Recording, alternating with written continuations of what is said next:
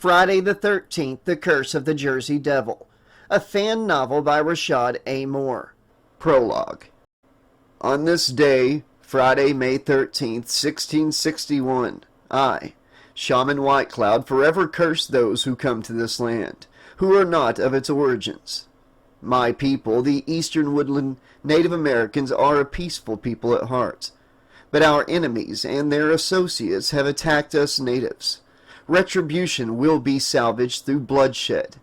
The spirits of the natives who were killed at this lake will haunt and influence those outsiders who trespass. The death of my people not go unpunished.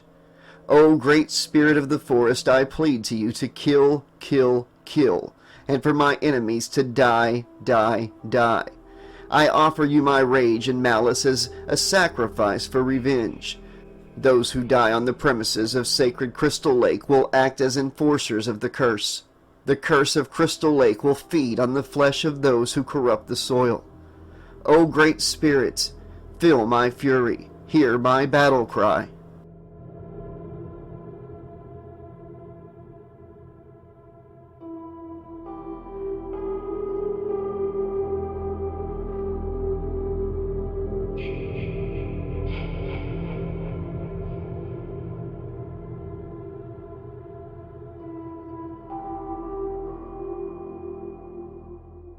After being told that her son had come up missing and that he may have potentially drowned in Crystal Lake, Pamela Vorhees, also known as Mrs. Vorhees, had fallen into a frenzied psychosis with not finding her son Jason.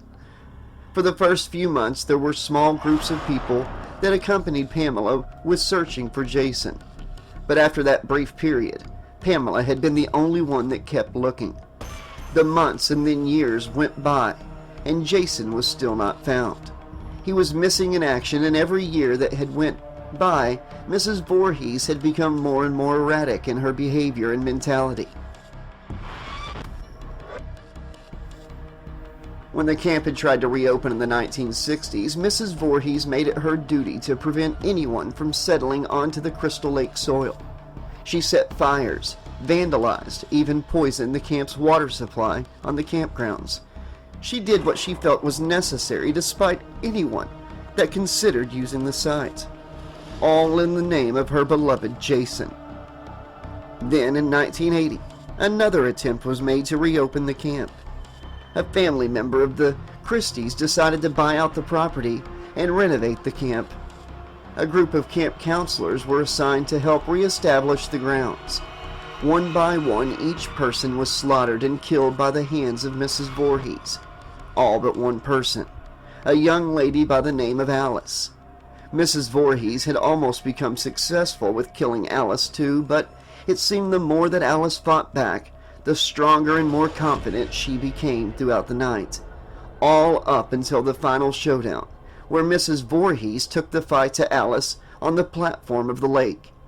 Alice had become confident enough to fight Mrs. Vorhees back, and she finally got her chance to end the horrible night by swinging a machete through the neck of Mrs. Vorhees and beheading her. The death of Pamela Vorhees was brought to everyone's attention that stepped foot inside the small town. During the time of the fight, Jason Vorhees had been watching. He had been alive, and he saw his mom dueling with Alice. He had been watching her that whole week during the time that she was killing the counselors. Jason had grown physically into a man, but still mostly had the mind of a child. Jason had enough sense to consider approaching his mom after she was supposed to finish killing the last person. To his irony, Pamela was the one who was killed. And as he watched his mom's head be removed from the rest of her body, in that moment he developed what can be described as a primal rage to kill, to avenge and to punish the one who killed his mother. It never really crossed his mind that the girl who murdered his mom was just acting out of self-defense. Because of his time alone throughout the years, Jason Vorhees had barely developed deep critical thought. Most of the time when he did utilize critical thinking, it had been through the exercise of hunting animals, specifically big game. But little did he know that his training as a hunter would come in handy against new big game, humans. A year later, Jason was able to capture his revenge. Throughout the years, he became more enraged the more he killed. The more he murdered, the more subhuman he became. He had developed into the ultimate hunting and killing machine. He had developed superhuman strength and had also developed a sense to recognize the presence of humans on their arrival to Crystal Lake. Throughout his reign of terror, there was a handful of people who were able to escape his wrath, some doing enough physical damage to him, while one was able to actually kill him, at least they thought.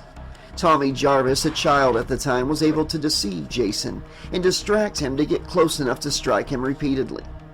That Jason had died, but the new Jason had emerged years later and enhanced. Tommy and many others made their attempts to take out Jason throughout the years, but had failed. Jason's own family member, with the help from a bounty hunter named Creighton Duke, had almost finished Jason off for good. But there was something there that prevented the process. From the time of his absence, from when he was 11 years old, people had figured that Jason had been dead. The reality was that Jason was still around and had always been, ever since he had been spat back out by the lake minutes later. Since the 1980s, Jason committed a series of murders that many thought would have been the final chapter for the Crystal Lake killings. But that reality was, it was just a new beginning. Up until others realized that Jason lived and was searching for new blood. It came down to Jason having to go to hell so that Crystal Lake could get its hiatus from the horror. Now, with all of his experience in the third dimension, and also with the supernatural dead, Jason was back, and with new abilities. In hell, Jason had optimized his senses and had developed extrasensory perception of many sorts. He was now more dangerous than he had ever previously been. Campers had encountered superhuman Jason, then supernatural Jason, but now a new advanced Jason existed, meta in ways that never crossed their minds. All thanks to the almighty rage spirits from the curse of the Jersey Devil. Over the centuries, the rage spirits had collected the spirits of the damned. For every Jason kill, it fueled and empowered the curse even more. No one would be safe in or around Crystal Lake. Camp Blood was its nickname, and the emphasis was on the blood.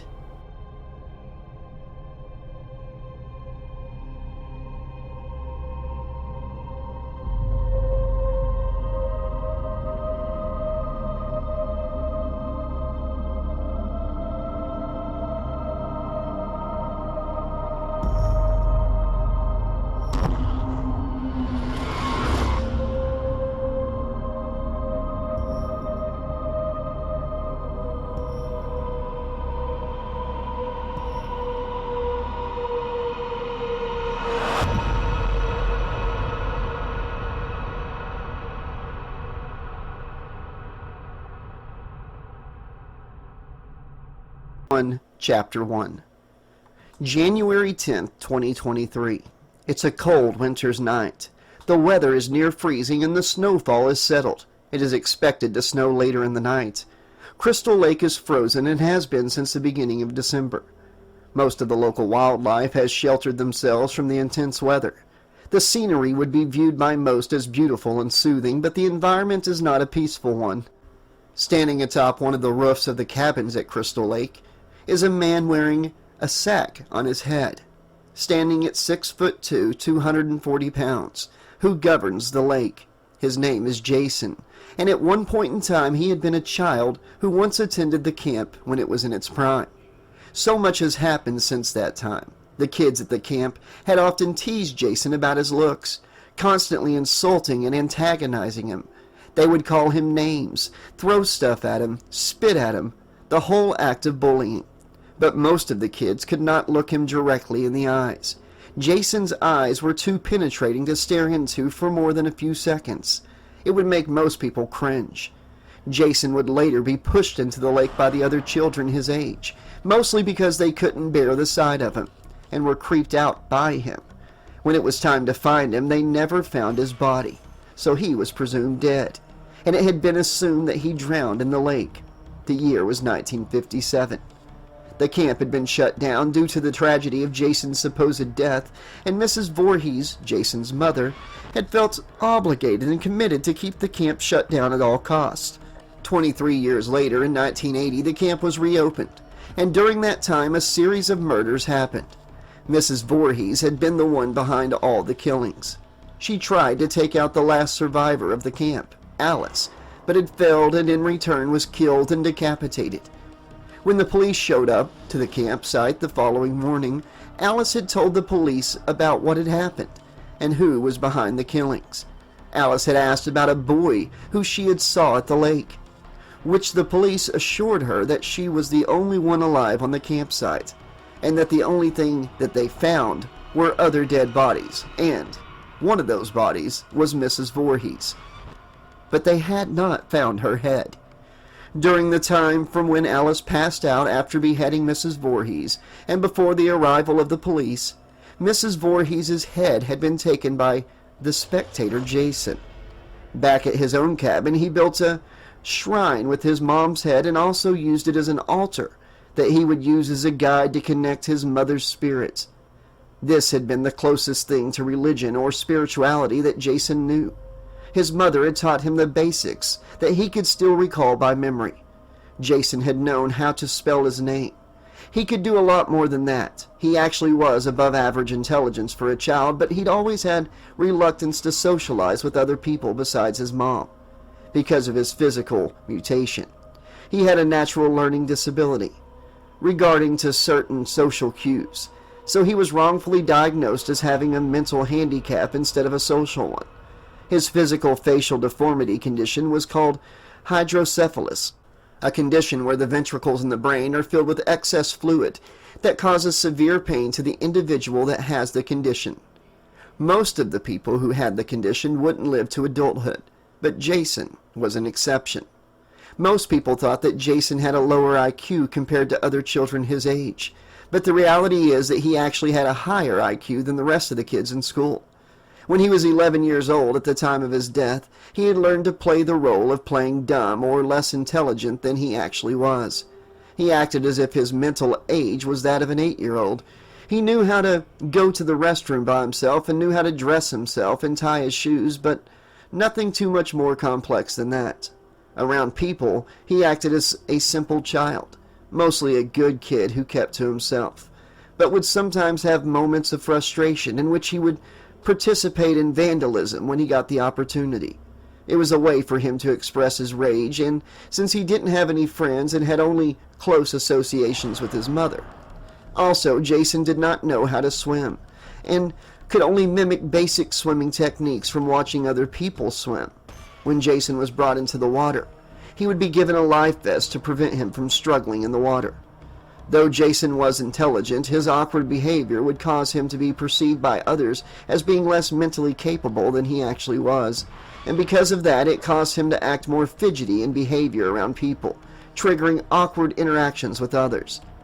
As an adult, Jason often thought of that day when he was pushed into the lake. He sometimes would manage to think about how different things would be if he was never separated from his mother. Jason loved his mom. She was the only one he had, and had severely missed her during his years growing up from 57 to 79. He later on got his chance to see her again, but during a most unfortunate time. He had watched from a distance his mother being decapitated. When he witnessed his mother being killed, it enraged him. Though he had somehow been alive during the time of his absence, he had never killed a person before. He had only hunted and killed animals for food. But when he saw his mother get killed, it induced something inside him, changing him forever. He developed the rage to murder, a rage that justified using all of his natural abilities to take life. He wanted revenge for his mother's death, just like she wanted revenge for his supposed death. A life for a life, or many lives for his death, whatever it takes. Jason had gone over 2 decades with training himself in the woods. He was lethal, a hunter, a killer of animals. When it was time for his first human kill, he knew exactly what to do. He had the knowledge to understand how people operated amongst each other. Before he started killing humans, and during the years of 1950 to 1979, he had often wandered around the campsites, even sometimes to other campsites that weren't Crystal Lake. Jason would sometimes stumble across individuals and groups of people strolling through the woods. He would just watch them from a distance, observe them, learn them, and then leave. They would sometimes participate in casual sex, which made Jason very uncomfortable, but he never revealed himself or acted out.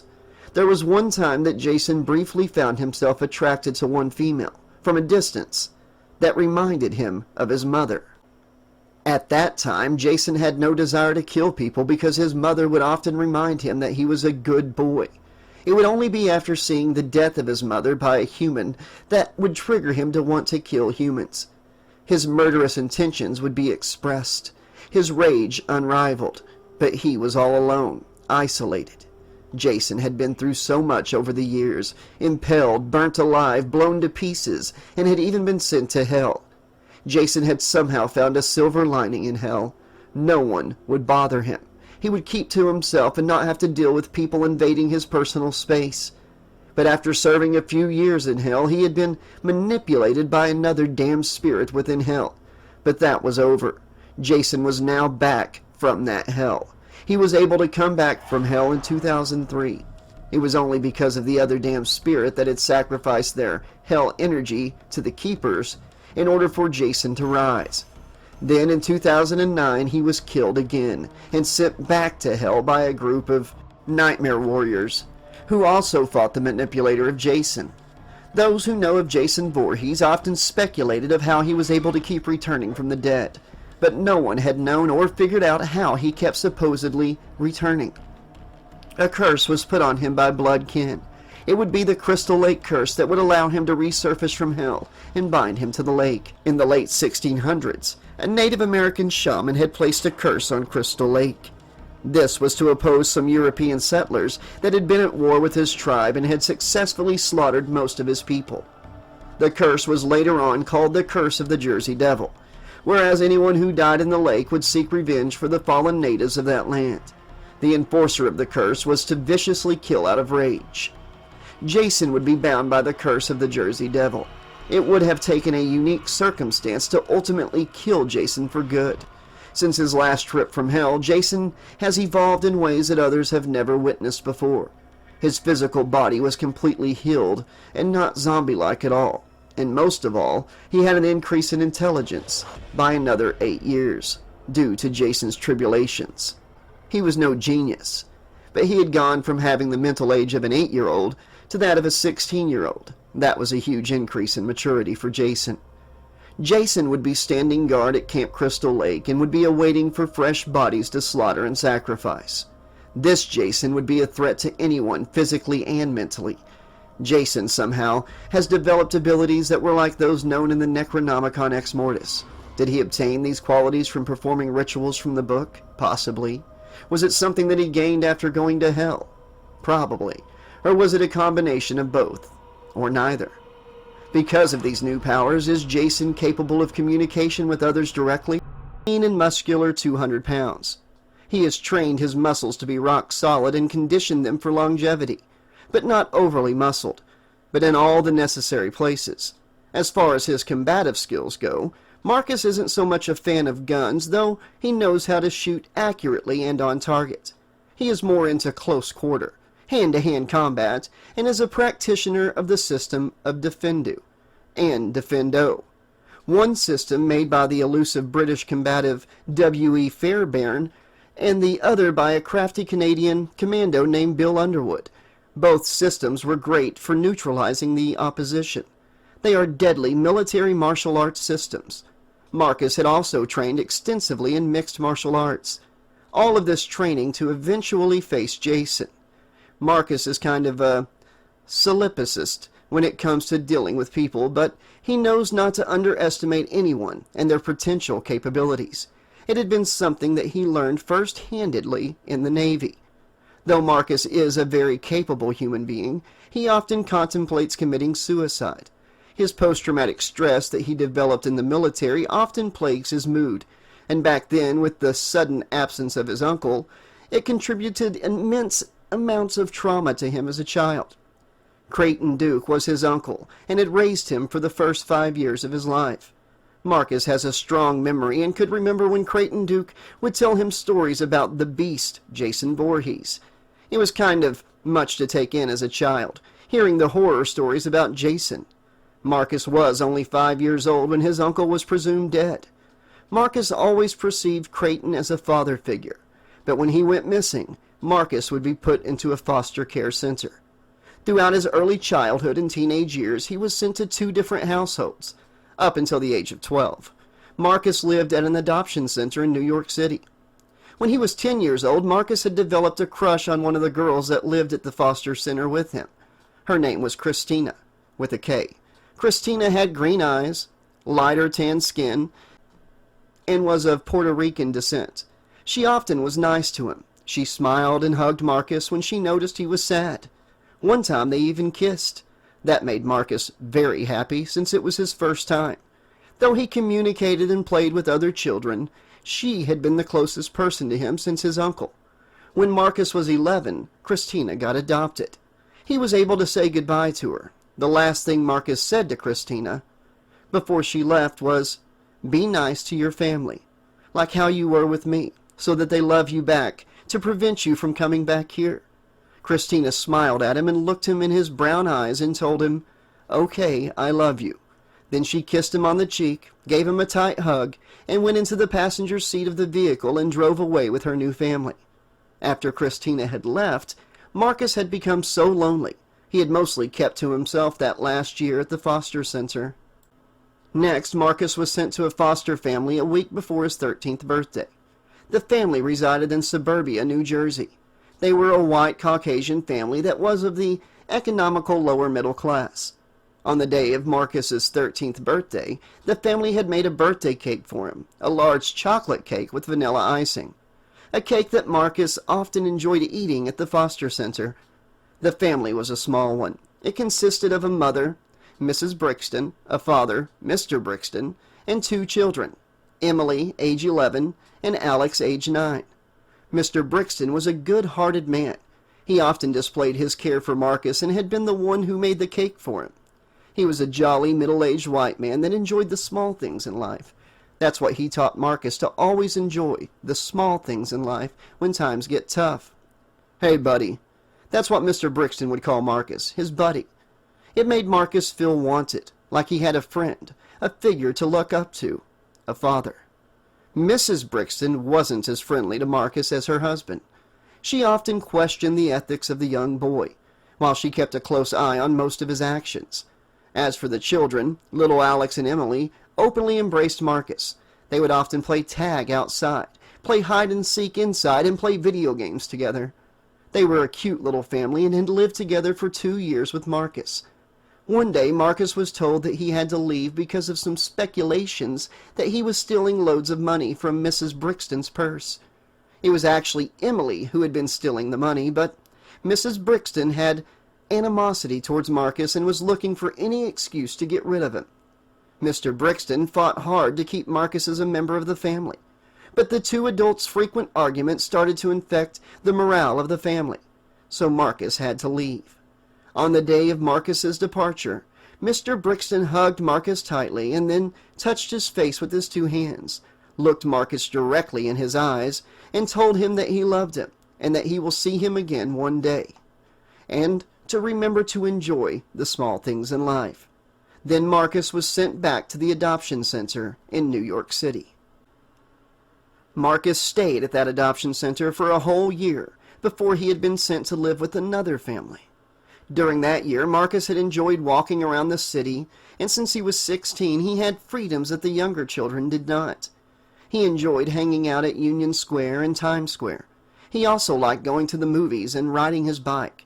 He would often go to the pizza shops where they sold dollar slices of pizza. Marcus really enjoyed being around the masses of people in the city when he was a teenager. The environment was so diverse, and he could learn from so many different cultures. When Marcus was 16, he was sent to another foster family, but this one was in the inner city of Newark, New Jersey. He lived with the Black family, a mother and a son. They were more on the poor side of the economic spectrum, but good people. Miss Sugarman was a lady in her early 50s, short compared to Marcus, a little hefty and very dark-skinned. Her cooking abilities impressed Marcus. She often asked him what he wanted to eat, which made him feel accommodated. Marcus grew to love her and was grateful that he had met her. Her son, Dwayne, was a year older than Marcus. He was a tall, slender-bodied kid that had braids and possessed an insensitive sense of humor. He would often tell Marcus that he was too passive and that he needed to let his balls drop. Dwayne had a reputation for being a great fighter in the streets. He was the one who taught Marcus how to fight. Marcus stayed with the family for 2 years until he left to the military. During his early times in the service, Marcus would often visit Dwayne and Miss Sugarman. "You are trained, prepared, ready to face your demons, and no one has the answers to your questions except you," said Miss Bishop. Miss Bishop said with enthusiastic charisma, "Remember, when you're about to accomplish your destiny, be advised that you will be in the middle of a crossroad, and it is up to you to look in all directions." Marcus had a serious, militant look on his face. "I'll keep that in mind," he said. "I am grateful for everything that you have taught me, and I will surely put my knowledge of the magics to use." Miss Bishop looked at Marcus in a nurturing way, took a deep breath, and said, "Baby, you have been through so much in your life. You have overcome that which many have fallen prey to. Your uncle would be proud of you and how far you have come. It is to you to decide what your fate is, and when you do, your mind will be clear, and in that ultimately up moment, you will have found peace within yourself. Know that Damballa will be with you. Now how about you eat some of this jambalaya gumbo that I made for you?" suggested Miss Bishop. "It's a family recipe that originates from New Orleans. Try it." Marcus gazed at her seriously for a moment, and then smiled hard. "All right, I'll try it," said Marcus, humoredly. "I do enjoy your Louisiana cuisine, thanks." "You're welcome, baby," said Miss Bishop, with a smile on her face. The two sat in the apartment for the remainder of the hour, and then Marcus went back to his apartment. His apartment was mostly empty. He had a king-size bed, a refrigerator, a small table with a laptop on it, and a TV. It was an apartment of a bachelor, like that of a minimalist. On the bed lay 2 large black duffel bags, filled and zipped. Marcus had packed to leave. He said to himself out loud, "Am I ready for this? I guess I am, but I bet so many other people thought the same thing about confronting Jason. And look how they ended up. Anyways, no excuses. Ball dropping time is now. Crystal Lake, here I come."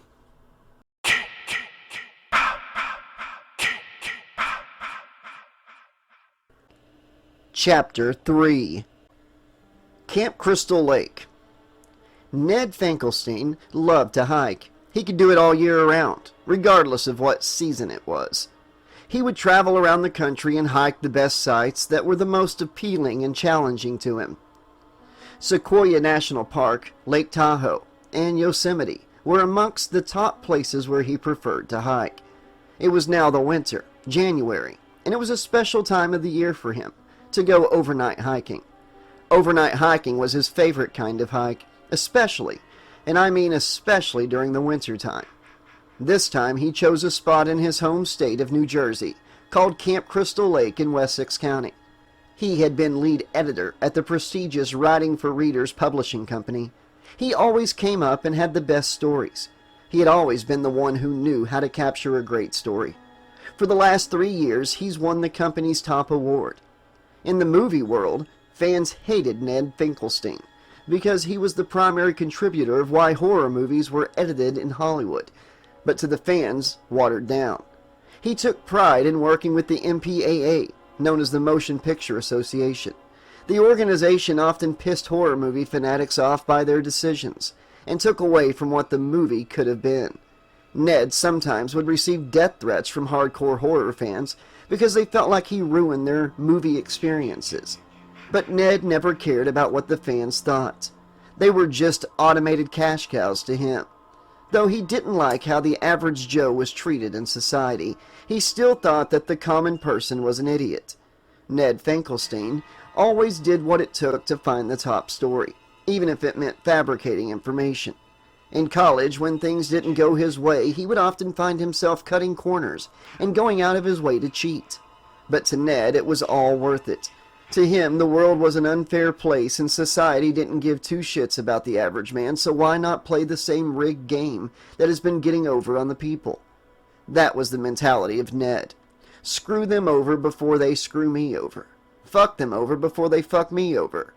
But right now, he had to come up with something clever, something that would give him the upper hand. If he didn't, this would likely be the last story he would ever tell. That wasn't his plans, but at this point, it was looking more likely. He now hid inside one of the cabins at the infamous Camp Crystal Lake. How was he supposed to tell this story? Would anyone believe him if he told them that a large man was trying to kill him? Of course they would. They always believed him, even when it was a lie. Ned wasn't a fan of horror movies, but apparently he now was trapped in one. The sackhead man had been following him since the late afternoon. What did this guy want, and who was he? Ned pondered to himself. He had been hiding for almost 5 hours now and didn't bother to attempt to go back outside. That was the plan, to wait until the morning and try to get away. Then he heard a loud boom. It was the door.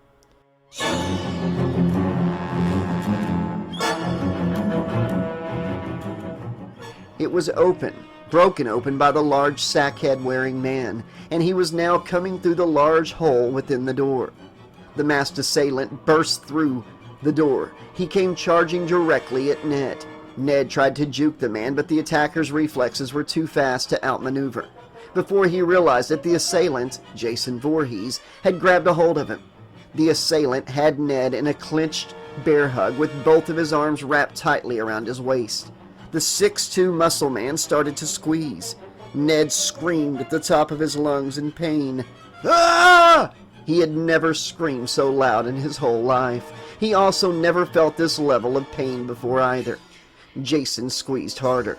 The tendons, ligaments, and bones started to break in Ned. He shook and spasmed, all up until the point to where he lost his bowels. A nasty stench started oozing out of his body. Feces started to roll down his legs and down his backside. The assailant just kept squeezing with no remorse. It was arousing for him. He hated people and enjoyed watching them go through pain. In a last attempt to speak while being in the monster's grip, Nan managed to eke out a word. "Stop!" Jason had no regard for requests. He just continued to squeeze until the spine finally snapped. Another day, another kill. Ned stared at the top of the ceiling until his consciousness faded away. He was dead, and this would be the last adventure of good old Ned Finkelstein's life. Sackhead Jason let Ned's body hit the floor. He stood and stared at his work for a few moments. Then, from one of the corners within the cabin, an even larger and taller man came out of the shadows. He wore a hockey mask. He was huge, about 7 foot tall. The larger red-headed man with the hockey mask stared at the bald-headed sackhead man for a few seconds, while the 6'2" sackhead man stared back at him. Then they both simultaneously gazed down and looked in curiosity at the dead body of Ned Finkelstein.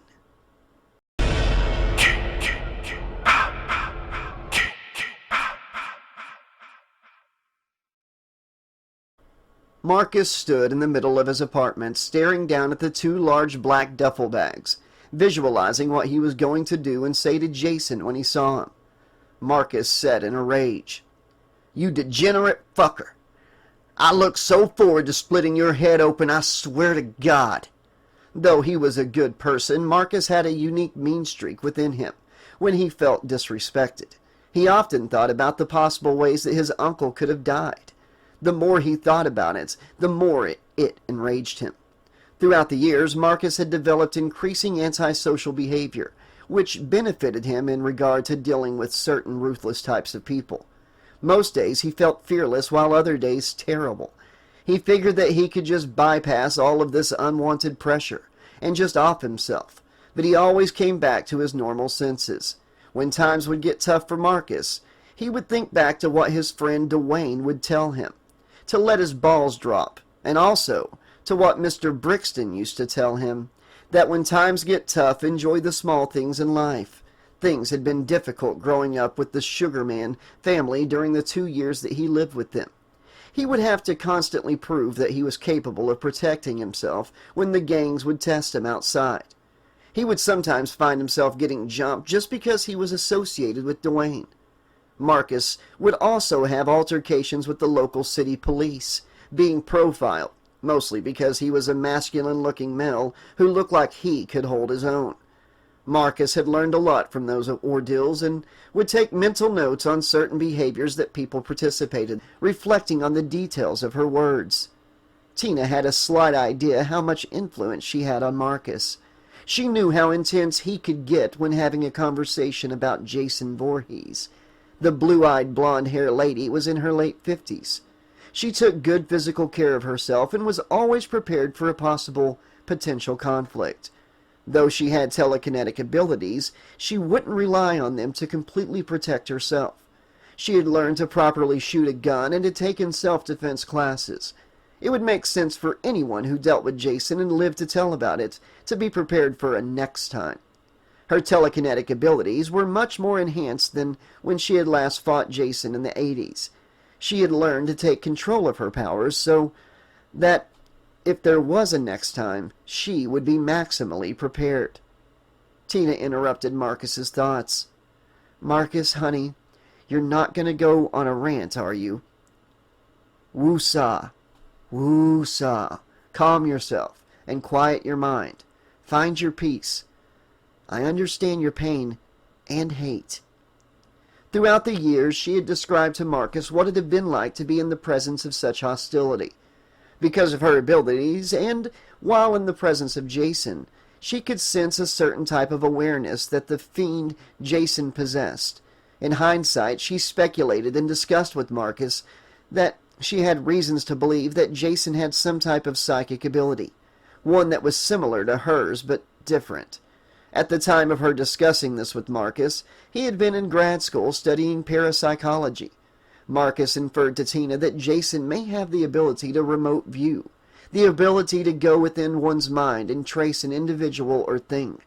This would require a high level of concentration and focus, something that Jason surely possessed.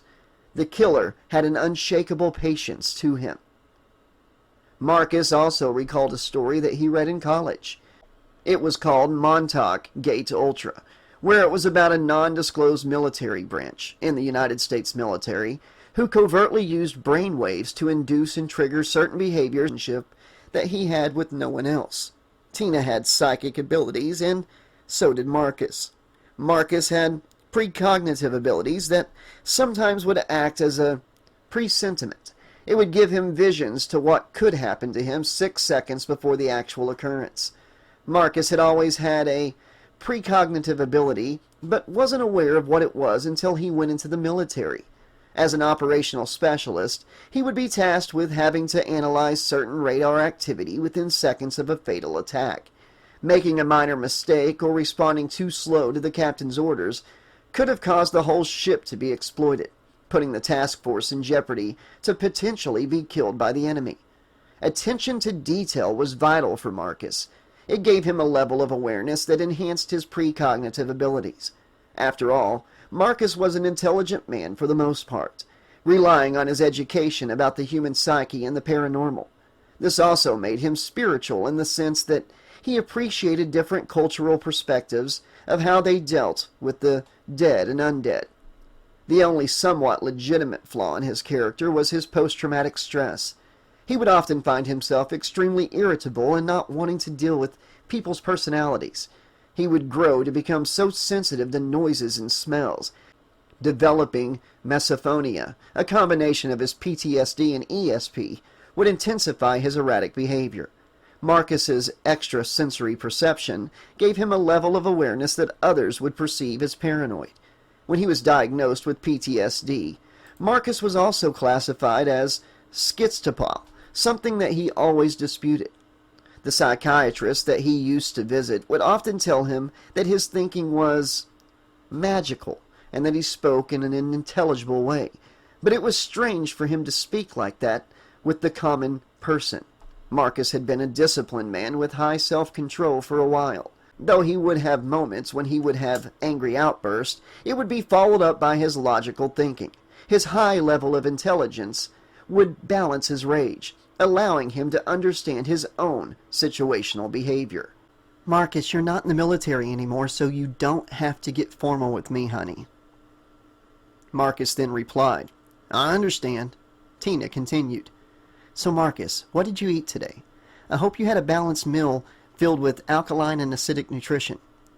You're a healthy, handsome young man who shouldn't be selling yourself short by eating trashy food with empty calories, Tina said with an indirect suggestive tone. Marcus would mostly eat healthy, but would have moments when he would indulge in binge eating. It was something he developed in the Navy that aided him in his PTSD. It also gave him nostalgia and reminded him of the time when he used to sneak in Christina's room during lunchtime at the foster center when he was a kid. He and Christina would eat Snickers candy bars every Wednesday around 2, while they would sit on the bed and talk. That always made him feel appreciated. She made him feel like he had a real family. Jambalaya gumbo. That's what I eat, Tina. Have you tried it before? Marcus said with a little smirk on his face. It has shrimp in it. Tina looked at Marcus with a grin and said, You know I don't eat stuff like that. It makes me nauseous. Marcus had a playful look on his face. How about kale? You eat kale, right? Marcus and Tina had this little taunty game they would play where they would mock each other. Ha ha. I know what you're doing, said Tina. Have you been drinking any protein shakes, maybe with ice cream in it? Sounds kind of good, but no, said Marcus, chuckling. I only eat kale, do yoga, and wear yoga pants. Marcus was mocking Tina, and she just played along with it. Then Marcus eased out of the playfulness and got serious again.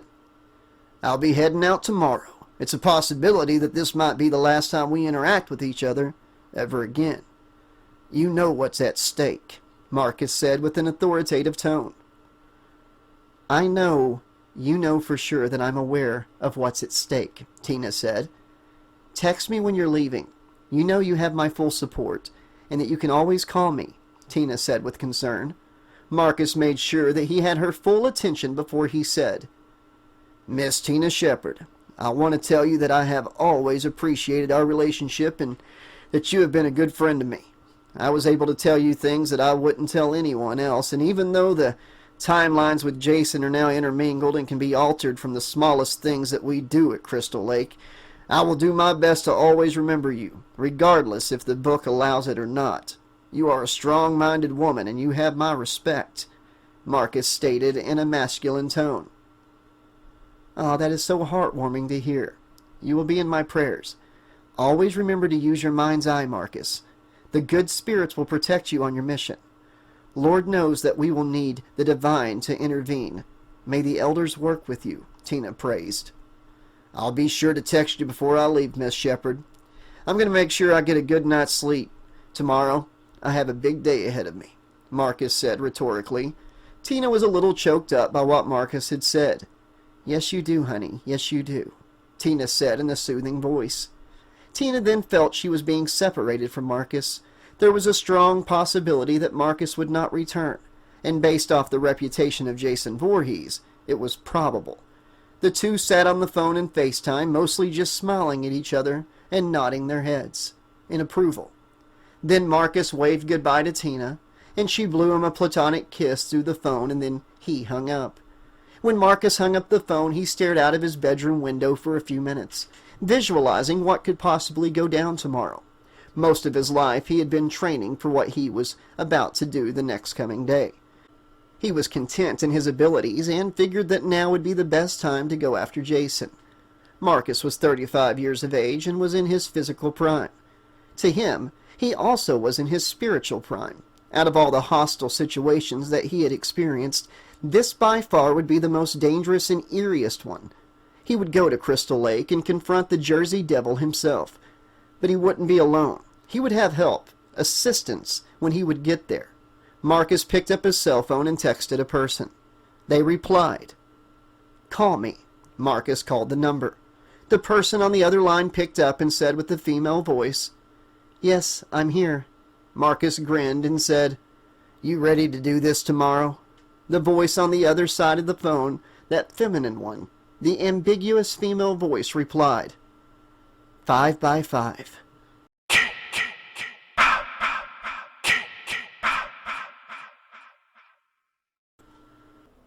Chapter 4. Crystal Lake, January 11th. Inside of his old bunkered cabin there lay stacks of deceased rotting corpses. The smell in the room would be unbearable to most, but to the sackhead assailant this was the norm. Smells didn't bother him because hygiene had not been something he had indulged in since he was a boy. Besides, the undead cared nothing about hygiene. The smell of Ned Finkelstein's body was starting to reek. His bowel movements with the combination of feces contributed to the excess, bad, hideous smells in the room. His body was tossed in the corner like a bag of dirty laundry and discarded like it was a bag of trash. Jason then went into Ned's pants pockets and pulled out his wallet. Inside it was his identification. Jason pulled it out and tried to read the words on the card. It read, Ned Finkelstein of Weehawken, New Jersey. Jason put the ID in his pocket, walked to the door, and left the cabin. There must be more, he thought to himself. He could feel someone out there. Someone or something was trying to get away from him, and he didn't want to wait around to find out. He thought to himself, kill, kill, kill. Die, die, die.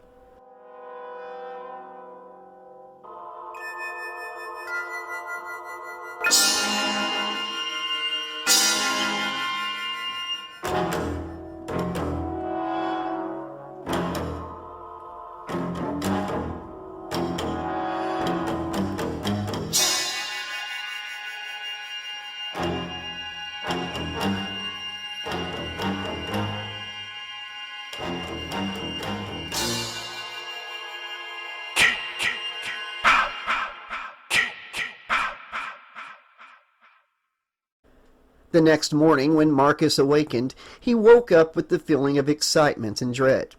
The high levels of testosterone pumping in his blood, with the combination of projecting photons from the sun beaming through the blinds of the apartment window and directly into his eyes, gave him a sensual feeling that made him relaxed in the morning. When it came to eating, he wasn't much of a breakfast type of person. Most of the time, he would just skip eating in the morning and would often eat 2 times a day, sometimes only once.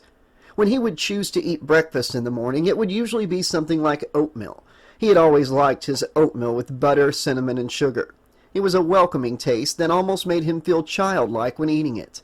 The smell, texture, and even sound of it, when indulging in its sensation, made him forget, just for a brief moment, that his life was the way that it was. When Marcus was ready to leave the house, he pulled his cell phone out of his pocket and texted Tina Shepard to notify her that he was leaving. He then grabbed both of the 2 large black duffel bags and proceeded to walk out of the apartment complex. It was around 8:30 in the morning, and most of the people who lived in the complex were either still sleeping or had already gone to work.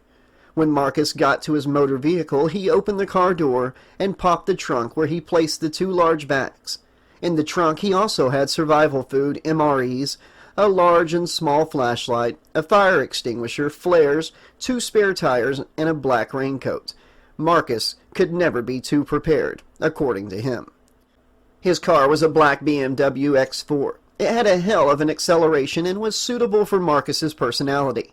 He stood in front of his car, next to the apartment complex, and took a long gaze at the building. It was a beautiful winter day where the day's forecast was projected to be in the low 30s. Snow had covered the ground and had piled up over the last few days.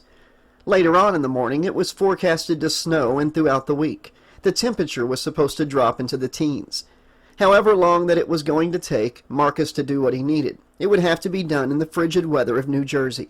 He was in no rush to get to his destination, but he also didn't want to take his time.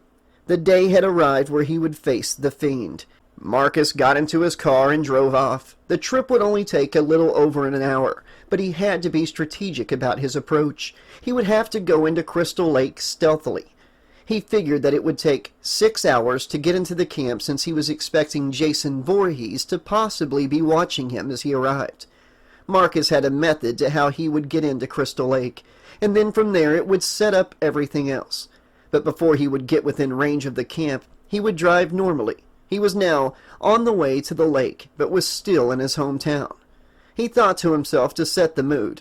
He enjoyed quiet mornings and preferred not to speak until the afternoon came.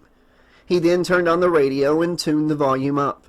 Marcus enjoyed listening to podcasts because it gave him new perspectives. But this time he wanted to hear music. Jump by Van Halen was playing. Marcus turned up the volume even higher, almost blasting the music to the point where pedestrians started to stare at his car. Jump, Marcus said with enthusiasm. Marcus had always been a fan of 80s rock and metal since he was a kid. He would often listen to the bands Rat, Judas Priest, Guns N' Roses, Scorpion, Black Sabbath, and many others. Growing up, he would sometimes be teased and ridiculed by other kids for the music selection, but that didn't discourage him. Marcus listened to all types of music and would choose the genre that would fit his mood in the moment. Marcus was in the zone, on his way to Camp Crystal Lake. He took a long, deep breath and said out loud to himself, "Here we go."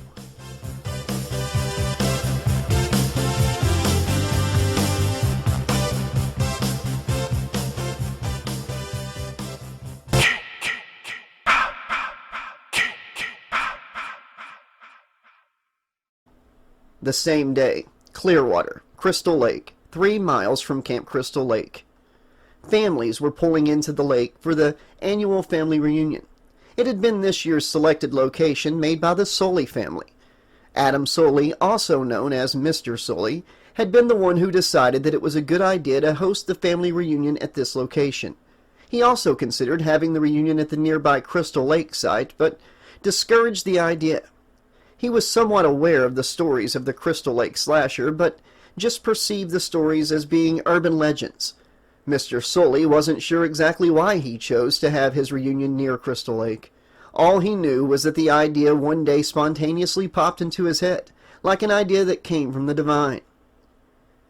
"It's beautiful, honey," Mr. Sully said with expression to his wife. Mrs. Sully was also impressed by the pure visual sights on the Crystal Lake grounds. "I didn't expect such a lovely sight," Mrs. Sully said. Mr. Sully had brought his family with him. His wife, Mrs. Sully, also known as Lena, his granddaughter Fiona, age 23, his grandson Ezra, age 18, his adopted granddaughter Cassandra, age 28, and Ezra's twin sister Harmony. The parents of the kids were gone out of the country for business reasons and was too busy to attend their family reunion this year. Lisa and Greg Sully had adopted Cassandra when she was 15 years old.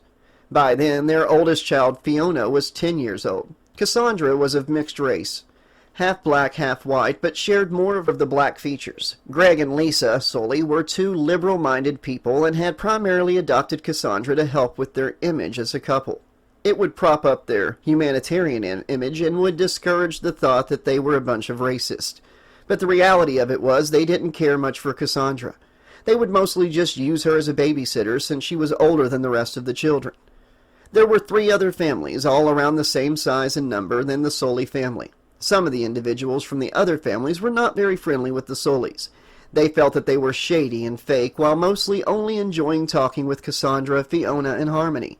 There were also 2 friends of the family that tagged along with the Sullys. Quentin, a guy in his late 40s who was a close friend of Greg. He had been friends with Greg since they were teenagers. Him and Greg were also around the same age. Quentin was a former wise guy. He was from Jersey City and had connections to the Italian mafia, and went off to brag about how he used to shake people down. He had a level of arrogance to him that made him come off as obnoxious, but overall, he was an intelligent guy. His accent was strong, a New Jersey Italian accent that resembled that from the stereotypical wise guy movies. Michaela, girlfriend of Fiona, an Australian girl who she met during the first year of grad school at NYU, had also come along to the family reunion. It was her time attending abroad. Fiona and Michaela were lesbians and had been majored in women's studies and considered themselves to be hardcore feminists, though Michaela was the more extreme and radical one out of the 2. They had been dating for over a year. They both were the same age and had been dorm mates back at the college on campus. Michaela had invited Fiona to come and visit her family back in Marborn in July. By then, the semester would be over, and they would be able to enjoy their summer together alone. Perhaps some sexy time alone away from the family would do the trick. Fiona spoke to Michaela. "Hey babe, you okay?" "How about later?" Michaela replied with a flirty tone. "Oh yeah, much later, baby. This place is too cold, and there are way too many people here for us to do what we really want to do. But we'll figure it out, mate." Pun intended. At home, Fiona and Michaela would often get in political debates with Ezra over the decisions of the current president. Ezra was only 18, but was bright when it came to political economics. He currently was his high school's class president and was in his last year before graduation. He planned on attending college at Vanderbilt University. He had a bright future ahead of him and aspired to one day own a corporation and eventually become the governor of New Jersey. The debates that he would have with his sister would prepare him for the college liberals that annoyed the shit out of him. He was annoyed by social justice warriors and felt that most of their intentions conflicted with the country. He also had some athletic abilities. He was a part of his school's cross-country team and was ranked first in his district. Ezra shouted across the lake to the other families. "Hey, you guys freezing to death yet, or is it just me?" A male family member yelled back at him and said, "No, it's just you. I'm freezing like a shriveled dick over here." Quentin then started talking to Ezra. "Yo, Ezra, I'm going to need you to keep your head on a swivel. I don't trust this place. I got a real eerie feeling about this place, man. And I know I ain't the only one. Don't get me wrong. I'm from Jersey, and I'm not a pussy, but this place is kind of fucking creepy. And when I say creepy, I mean weird. I heard a lot of sketchy shit about this lake growing up, but don't get me started on that. It's just odd, you know?" Ezra replied, "Yeah, I see what you mean. I don't know why Grandpa chose this place to have a family reunion. Why couldn't he choose to do it during the summertime? The weather alone can kill a person. What's so family-friendly about this place? The area looks like it barely has modern-day technology. Like, what the fuck?" The view was nice. You could see the whole lake from every front window angle of the cabins. It was a closed lake that didn't stream out to the ocean like Crystal Lake did. It was in the opposite direction of Camp Crystal Lake, going more inboard towards the other campsites in the area. Some might mistake Lake Clearwater as being the same as one of the Crystal Lake aliases, Clearwaters. You would think that whoever came up with that name would have considered that it was almost the exact same name as this lake's name. At least the name Camp Forest Green had a different ring to it. Forest Green was the name that was given to Crystal Lake in the mid-'80s to take away the negative stigma of all the killings that had happened in the name of Jason and his mother. Though in 1985 it was a paramedic seeking revenge that was doing the killings. After finding out his son Joey had been viciously killed by a disturbed teenager from the group home where Joey stayed, the copycat killer Roy Burns went on a rampage. "Leave me alone," said Vic to Joey at the time. Joey replied back to Vic, and his last words before Vic put the axe in his back was, "Well, if that's how you feel, forget it, Vic. Just forget it. But I think you're really out of line." Then followed Joey's death, further enhancing the bloody reputation of Crystal Lake. Roy was a quiet, keep-to-himself kind of guy. The same rage spirits that possessed Jason Vorhees, and the same rage spirits that almost possessed Tommy Jarvis, successfully possessed Vic and Roy Burns. But changing the name of the camp made no difference. People still came to the site and got murdered. So the townspeople figured that they would just change the name back to keep outsiders away. People were going to come to this area regardless if they believed in Jason Voorhees or not. And then you had the type of people who would come to Crystal Lake who wanted an adrenaline rush. I guess the opportunity of the potentiality of them getting killed made them feel more alive. There had also been a family of cannibals that resided around Crystal Lake years ago, a bunch of maniacs. When all the families got out of their vehicles, everyone gathered around and conversated with each other in front of the cabins. Mr. Sully stood at the top of the slope of the hill. He grinned and shook his head in pleasure as he watched the activity of all the families. He waited about 15 minutes and then interrupted. "Can I get everybody's attention? Please, He waited a moment and then continued. I am so glad that all the families were able to make it. I know that this year's reunion is a little early and that the location is out of the norm, but be assured that we are here today to reunite as a family, to gather around each other and realize how thankful we are for having each other. Yes, this year my family is the host for the family reunion, and we have some fun ideas that we have been planning for us to partake in. Ladies and gentlemen and children, enjoy yourselves. We will be making further announcements later on throughout the day. The crowd continued to speak amongst each other, and it appeared that all of the remaining family members had all arrived. It's incredible that so many people agreed to gather during the winter time to this location. Most of the family members went inside the 6 cabins and decided to predominantly communicate with radios. Out of 36 people, only 9 people had radios. I guess they thought that 9 people would be enough to manage the whole crowd, and also, the signal was so bad you'd have to be lucky to get cell phone reception in the area. It's not like Crystal Lake is known for its state-of-the-art, innovative technology. After all, this was the land of old sacred ground where cabins are cemented where there once were pools of blood. 3 people stood outside when the rest of the masses went inside the cabin. Mr. Sully, Quentin, and Mrs. Sully stood between the 2 cabins. There were 6 inboard cabins that all faced the lake, similar to how a beach house would face the ocean, but just with the cabins closely circling the lake. The lake itself was frozen and was hard enough to go ice skating on top of the water. Mr. and Mrs. Sully were staring out at the lake for a few moments, embracing the elegance of the environment before Quentin asked, So, what made you 2 old lovebirds decide that it was a romantic idea to have a family reunion at Crystal Lake during the winter time? He said with sarcastic intrigue in his Jersey accent. Quentin had been like a son to Mr. and Mrs. Sully and had grew up with their son throughout his life and had known Greg since he was 13. For one, I just had a feeling like it had chosen me to come here, Mr. Sully coughed, and then continued. And also, me and my wife share childhood memories with the area, Mr. Sully stated clearly to Quentin. Lena then spoke. Yes, we met each other when we were children not too far from here. It was actually in 1955 when that Camp Crystal Lake was actually in operation. I was 9 and he was 11 at the time, and if you haven't guessed it by now, me and Adam both attended Camp Crystal Lake. Quentin interrupted by saying, So, let me get this straight. You decided to have a family reunion near Camp Crystal Lake during the winter time, when a blizzard is supposed to pass through this week, at the place where urban legend serial killer Jason Vorhees is said to reside. Are you 2 taking anything that's over the counter? Quentin said with a slight intensity.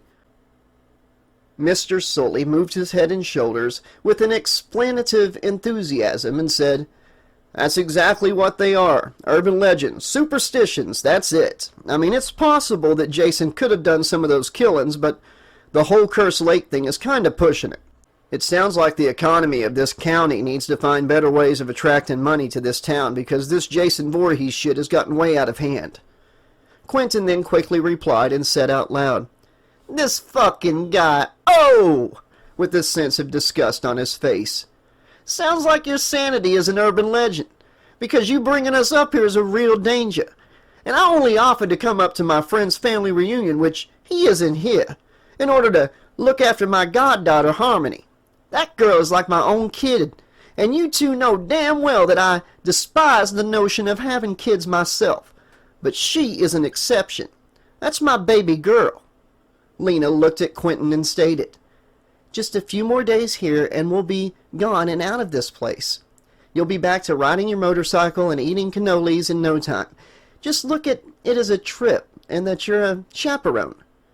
Quentin smiled, then walked into one of the cabins. Mr. and Mrs. Sully stayed outside near the lake, gazing at the water.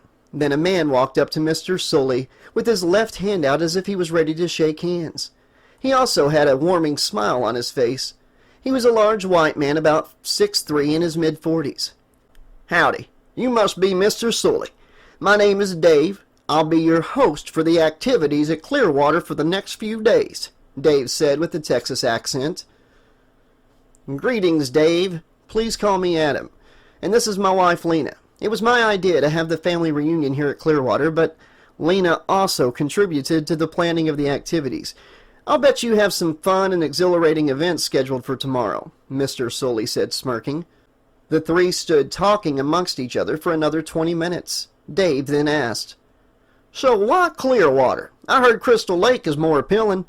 "Well, I've actually checked it out. It's a beautiful campsite, but the environment is kind of eerie," Mrs. Sully replied. "Yeah, we hear that a lot, but it'll grow on you," Dave answered. "I hope so, 'cause I ain't used to this cold weather, if you know what I mean," Mr. Sully said. "Good old Southern boy. I think you'll learn to like the snow. We did." They finished talking, and Dave got into a 1989 silver Camaro and drove off.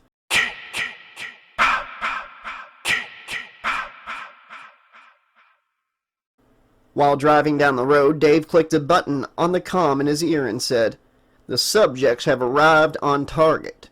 Standing by for further instructions." It was almost the afternoon, and it had started to snow. Dave had arrived at the lake the night before, but had stayed at a hotel room about 40 minutes away from the campsite. He was traveling back to his room in the hotel. Even though the reunion was based at Clearwater Lake, someone had purchased the land a few years back. Inspector Second Star Dave Elvis Riker had known who currently owned the campground. But the county had no idea that the campsite was purchased by an outsider. But if they did, there would for sure be protest. An authoritative voice spoke to him through the intercom. "Second Star Dave Riker, your objective is to keep a low profile with the family and to deceive all who would certainly want to interfere with our operations. Neutralize all potential threats." Dave paused for a moment and then said, "I will be interacting with the whole family tomorrow starting at 0800. We will commence in multiple activities to get their family reunion underway. In the meantime, I will deploy the artifact so that I can attract the target." Then the lady said in an authoritative tone, "You are expected to comply to all demands while operating in this mission, and you are aware to not return until the job is done. Anything otherwise will be unacceptable." Dave had been a part of the Black Star Shadow government since his early years as a grad student when he was first recruited by them in college. They had been a secret organization that operated in antagonizing supernatural events around the world. Some occultists call them Wolf, Ram, and Heart, while others call them the Directors. They specialize in conducting gathering events that require secret societies to use specialized assassins called Highlanders.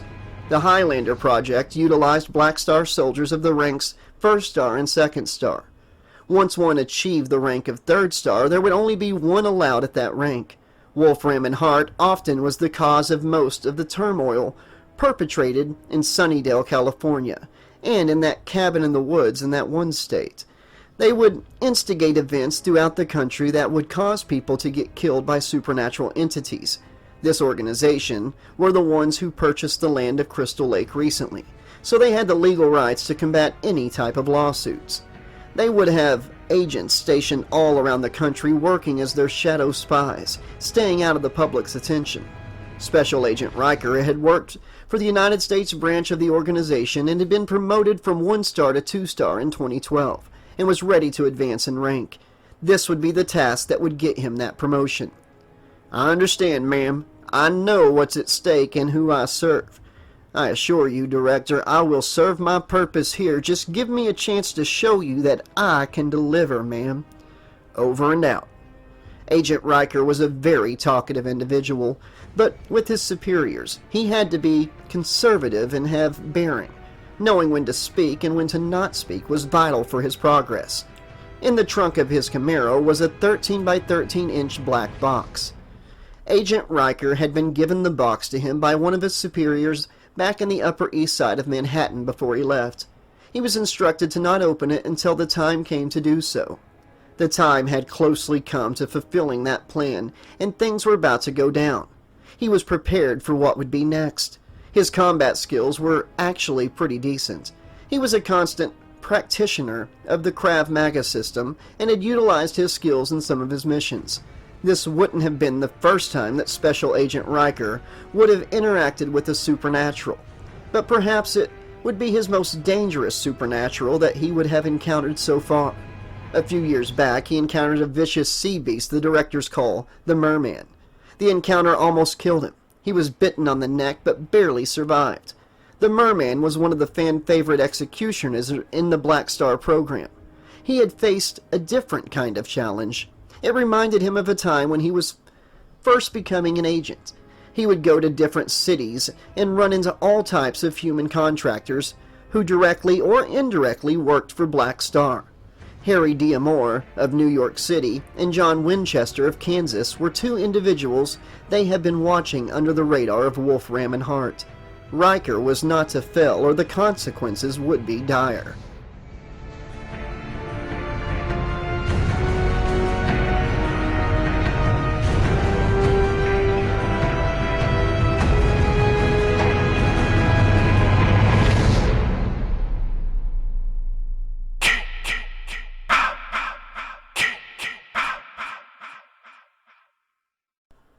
Chapter 5. Friday, June 13th, 1692. Jebediah Vorhees stood shackled. His wrists and ankles were chained and bolted to ropes that were attached to 4 individual horses that were separated in different directions. The prosecutors, a group of English settlers who had considered themselves Puritans, had captured Jebediah after he returned from the state of New Jersey. Before his capture, Jebediah was able to give the book to his mistress. They had secretly married in New Jersey, where his family had settled and had previously came from the Netherlands in the early 1640s. His newly wedded wife was 4 months pregnant, but hadn't looked the part.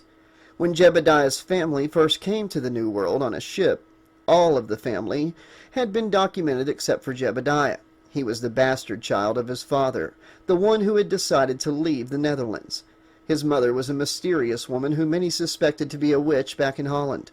Jebediah's father was a religious man who was kind of rebellious when he was in his adolescent years. He had been sexually promiscuous with the mysterious woman for a little over a year, up until the point that the rest of the family in Holland found out what was going on.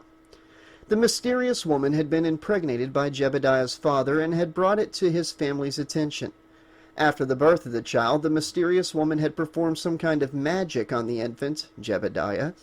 Days later, the father's family, Jebediah's grandfather, came looking for the infant and killed the mysterious woman. When Jebediah's father found out about his mistress's death, he was heartbroken because he had grown to somewhat love the woman. He had remembered weeks before her death that she asked him to hold on to a book called the Necronomicon Ex Mortis. She had wanted their child to become a practitioner of the magic within the book. Jebediah's father's family in the Netherlands had exiled him and his father from the family and banished them out of Holland. After spending years alone with Jebediah, and after he remarried and produced other children, the time came when Jebediah's father made the decision to go to a place called the New World, where he could own his own land and raise his growing family. Jebediah was a teenager when he and his half-siblings first got to the New World. But for him, throughout the years he had been indirectly disowned by his father, and his younger siblings weren't very nice to him. Just like his mother, Jebediah was now in a similar situation. The Puritans had accused him of being a warlock. Jebediah did not hide who he truly was, but also did not boast about it either. The main prosecutor was an extremist out of all the Puritans. His name was Rupert Hathaway, a man in his mid-40s who considered anyone who wasn't a Puritan to be a savage. Jebediah had lived on the opposite side of town and was considered to be a strange person, thanks to the constant slandering that was done by Puritan Hathaway. He always had it out for Jebediah Vorhees. It all started when Jebediah vocalized his disagreements about the British settlers and how he agreed more with the native eastern woodland Indians on keeping territorial boundaries. Jebediah Vorhees had befriended some of the native aboriginals and would often make visits to their village to speak with some of the people. They also taught him some of their spiritual practices, and in exchange he would share information in the book that his father gave him, the Necronomicon Ex Mortis. He now stood captive, awaiting the word that would send him to his death. The village had surrounded him in a spectacle, most of them Puritans who agreed with his execution. Others watched in distress, in disapproval, but most was too fearful to speak out because of the probability of also being called a witch. Months earlier, the witch trials had started in that very same town, Salem, Massachusetts. Jebediah stared and smiled into the hostile crowd where he saw his mistress. She had a dreadful look on her face, but managed to smile back at him without anyone noticing her. With tears running down her face, she lipped the words, "I love you," to Jebediah. Rupert Hathaway then walked up to Jebediah Vorhees and asked him, "Any last words, you pagan scum?" Jebediah looked into the Puritan's eyes and shouted, "On this day, Friday the 13th, I, Jebediah Vorhees, can say with all my heart and spirit that I live with no fear and will die with no fear. If now is the time for my calling to the afterlife, today is as good a day to die." Right after, Rupert raised his right hand straight into the air, and when he dropped it back down, the executioners who were standing aside the horses whipped them on their rear ends, and then the horses proceeded to run in their assigned directions. The arms and legs of Jebediah then detached from his body. The sound of his body parts separating and hitting the ground sounded like large wet puddles of water falling from the sky. From the painfully bleeding out, and in his last moment with no arms or legs attached, Jebediah gained the strength to face the direction of his mistress, and gazed into her eyes until he breathed no more. The pregnant mistress closed her eyes after Jebediah was announced dead by the Puritan extremist. She then opened her eyes and watched the Puritans drag Jebediah away. That was the last time that she saw him. In the coming years, the mistress would raise her and Jebediah's child to hate the Puritans. The child would be weaponized, trained to be a source of revenge against the hypocritical, savage Puritans. The mistress possessed the book that Jebediah Vorhees gave her, the Necronomicon Ex Mortis. She had declared the day of Friday the 13th, the day that revenge would be born. Throughout her pregnancy, the mistress would get visions of the future, of a descendant that would be born centuries into that future.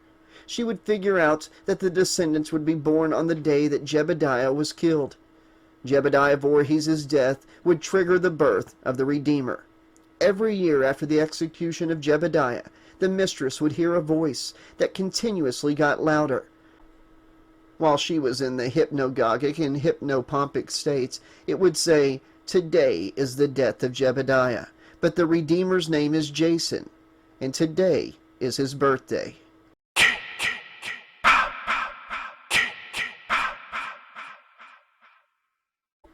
Chapter 6. Director's Headquarters.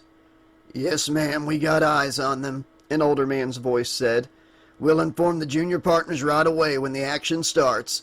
We have one of our best agents working the field right now. Riker is one of our best, and he's a durable son of a bitch," the older man said with enthusiasm. He continued to talk while looking back into the digital hologram from his office. He talked from an old-fashioned corded red phone that was plugged into the wall. "It's my duty to perform for the senior partners, and my job is to not disappoint the junior partners. I'm not trying to be on the bad side of Wolf, Ram, and Hart. No, ma'am, no sirree. We'll let you all know on the other side when things heat up in Crystal Lake. Over and out." The evil law firm, better known as Wolf, Ram, and Hart, had set up shop at Crystal Lake. They decided that they would direct their financial flexibility towards buying property in Wessex County, New Jersey.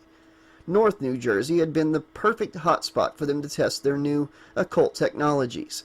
The locals were too dumb to truly catch on to what they were truly there for, and all it took was a little bribery and distribution of hush money to some of the locals to help keep the suspiciousness down.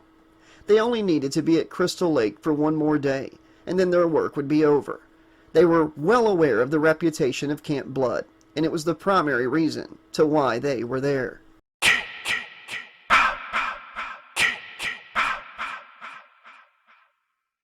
Clearwater, January 12th. The families had been participating in the extracurricular activities that were a part of the annual family competition. It consisted of the leg rope tie that required two people to run the race, otherwise called the three-legged race. The corn on the cob buckets bob, which each individual tries to grab as much corn on the cob out of a water filler bucket within a minute, like bobbing for apples but with corn, and the rope climbing contest. Inspector Second Star Riker also known as Dave by the campers, was the host of the events and had overseen directing the activities. The campers had no idea that Dave was a part of the Black Star shadow government that had purchased the Crystal Lake and Clearwater sites a few years back. Dave had a few more activities for the day set up, one of them taking place at the Crystal Lake site. It was now the afternoon and activities were on hiatus. Dave was DJing music and the families were enjoying themselves and sitting around each other. The families had found a way to have fun in spite of being at the campsite during the cold winter. The weather hadn't been too cold that the families couldn't be outside. Surprisingly, the temperature was in the upper 40s, which was bearable. Outside, in front of the lake at Clearwater, was a group of younger folks engaging in conversation, all of them ranging from the ages of 18 to 28. In the group, it was Cassandra, Fiona, Michaela, Ezra, Harmony, Floyd the prankster, Carly the hottie, Kevin the wiggly-wigga, and Aries the dog, who was a husky. The one leading the conversation was Ezra. Anyone ever hear about the site not far from here called Camp Crystal Lake? It's the camp part of Crystal Lake, slightly different than Clearwater. I heard it turned into a freak show like multiple mass murders, Ezra said, waiting for replies with intrigue. Cassandra engaged. I heard a few stories about that place growing up. Quentin told me some. He said it was haunted by some guy named Jason who kills campers. I'm glad we're not at that site because it would definitely feel more eerier than this place, though it's still creepy being here at Clearwater, Cassandra said with a creeped-out tone. Fiona waited for Cassandra to finish, and then she spoke up. I think most of what you heard is just an urban legend. I mean, if it was so haunted, why would they keep letting people come here? Fucking stupid if you ask me. I didn't ask you, and you sound like Grandpa talking like that. Anyways, why do you think it's an urban legend? Ezra said rhetorically. Because I'm a thinker? Said Fiona sarcastically. Ezra rolled his eyes at Fiona and continued. This county doesn't really look financially well set, so I would guess they need the money to keep the town financially afloat. It's really not that hard to figure out. Most people would do just about anything to make a buck when they are desperate for money. Kevin then began to engage the conversation. He was waiting for the right time to say something so that he could sound cool, so that he could impress Cassandra. He was a white guy that was into black girls. He considered and spoke. Yeah, true, they sketchy as hell, but they still need to make that paper. You feel me? I bet these fools never took an economics class before, huh? Ezra just half nodded as if he was a little annoyed by how cringy Kevin came off when he spoke. Ezra muttered under his breath towards Kelvin. Dickhead. What? I heard that, homie, Kelvin replied. Kelvin had a tendency to trigger people in an annoying way. After all, he was trying too hard.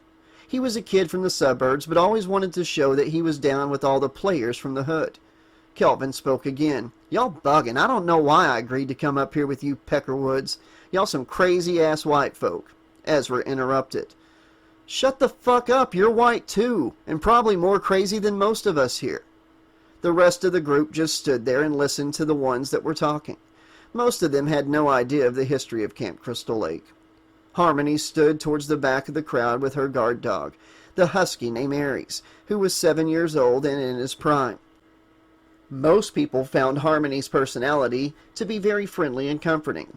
She was more on the shy side, especially considering that she was a little autistic and slightly physically deformed and stuttered a little. But her red hair and perky smile could put just about anyone at ease. Harmony then spoke.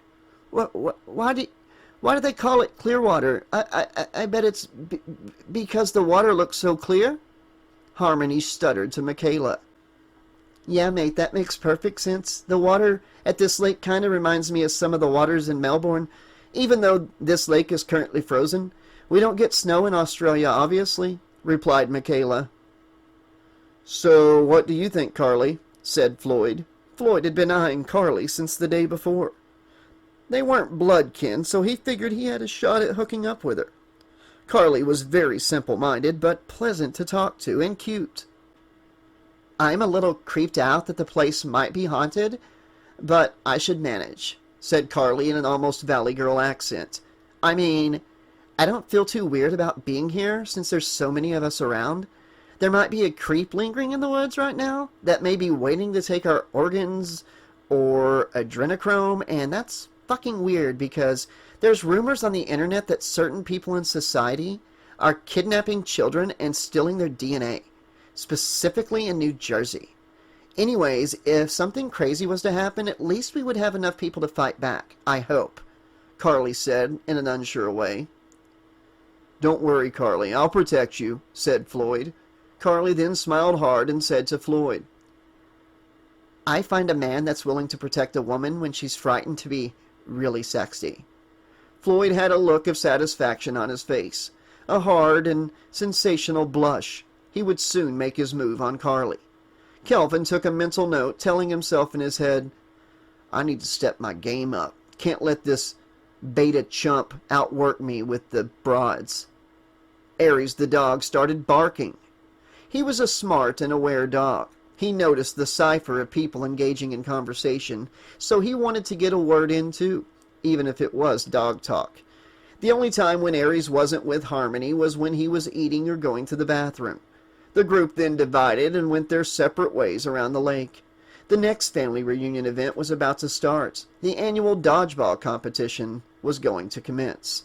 The families gathered and met up again. Mr. Sully stood next to his wife and spoke out of a megaphone.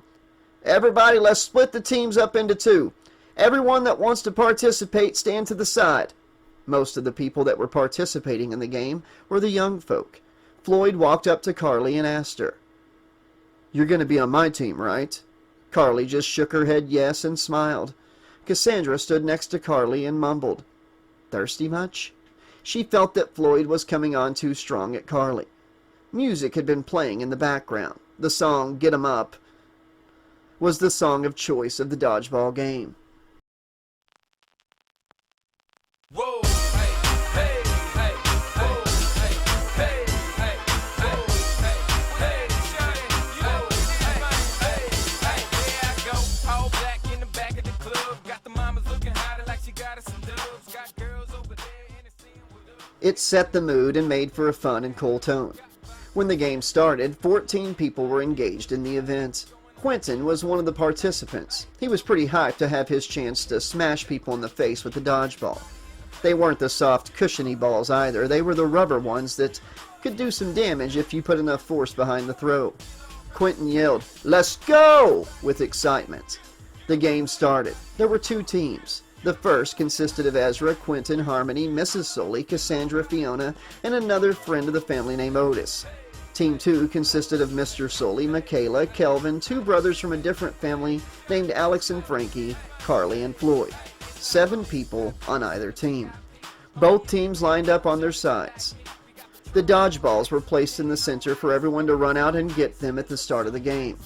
Otis figured, since he was slow and overweight, that he would let all the faster and younger people run out to get the balls. He would just wait for someone to try and hit him so he could have his chance to intercept a ball. And go, said Dave. He was the host for the lake events, and he was kind of entertained despite what he was really there for. The teams ran out to get the dodgeballs. Quentin was the first person to get to the balls. He grabbed one of them and kicked one back to his teammates. There were 6 in total. The other person that ran with him was Ezra. On the other side, Frankie and Kelvin ran to the center. Squaring off, Quentin quickly whiffed a ball at Frankie's face, but missed by only a few inches. Frankie smiled and said, Oh, that's how we're playing. Frankie threw his ball hard and then ping, the ball smacked Fiona on the side of her head. She just put her hands up as if she was surprised and angry of how fast she was out of the game. Even though they were on the same team, Ezra mocked her and laughed her. You suck, Fiona. Get off the field. Fiona gave Ezra the middle finger and walked off the playing field. Ezra chuckled. Next was a flurry of dodgeballs going back and forth for a few moments. Then next, Michaela was out. She made an attempt to try and hit Ezra with the ball, but she didn't put enough power behind her throw. Ezra said under his breath, Not so much empowered now, are you, Michaela? Michaela replied, Eat me. Next, Kelvin picked up a ball and flung it hard at the surrounding opponents. He managed to hit Cassandra right on her ass. After getting hit, Cassandra looked at Kelvin with a pissed-off look and began to walk off the field. Kelvin looked embarrassed and then proceeded to say something to Cassandra, but with swag. "I'm sorry, baby girl. I didn't mean to hit you there. It's all fun and games, baby." Then he continued his assault on the rest of the team. Without him noticing, Mrs. Sully had angled up on Kelvin and managed to tag him with a dodgeball, right in his groin. Half of his team just stopped and laughed, while the others just kept playing the game. "Wow," Kelvin said. "Didn't expect that." Harmony picked up a ball and was able to tag Mr. Sully out. It had barely touched his leg, but it counted. Mr. Sully smiled and started clapping softly. "I knew you had it in you, Harmony," said Mr. Sully. Harmony had a timid look on her face. "Sorry," she said. Even in a game of dodgeball, she still managed to be apologetic. She was too nice for her own good. Floyd picked up a ball and slightly put it at Mrs. Sully. He hit her on the back of her left tricep. Then she was eliminated next. When Otis managed to get a ball, he whiffed it hard and blasted Floyd right in the gut with it. Otis wasn't very mobile, but he had a lot of power within his physique. "Ow!" Floyd rolled around the ground for a few seconds trying to catch his breath, and then crawled off the field. Mrs. Sully came right to his aid to make sure that he was all right. He just needed a few minutes to regain his bearings. There were only 3 people left on one team and 4 on the other. Ezra, Quentin, Harmony, and Otis, and on the other team, Floyd, Alex, and Frankie. There was a pause in the game, well, more like a stalemate. Each remaining player had a dodgeball in their possession except for Harmony. It looked like a scene from a child-friendly sports movie, and the scenery was surprisingly nice considering that there was snow on the ground, and the weather was calming and had a certain stillness to it. Host David stood to the side on a podium and watched with amusement. Even he was enjoying himself. Aries the dog watched the game and was barking and jumping around with excitement. The rest of the family was outside too. They gathered around each other to talk amongst themselves. So far, the family reunion had been a success. It was the early afternoon and everyone was getting along. When the stalemate ended, Quentin threw his ball with all of his might between Alex and Frankie.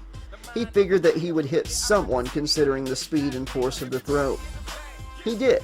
He hit Alex right in the ribs, but as soon as Alex was hit, Frankie countered and popped Quentin square in the face.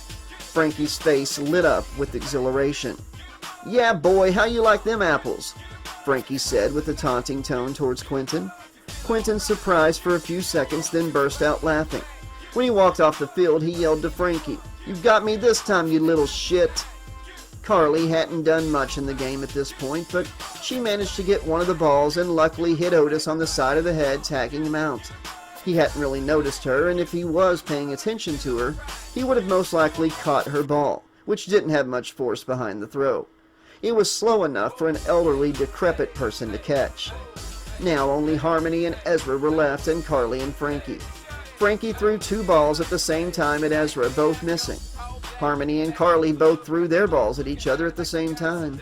Carly's ball just missed the head of Harmony.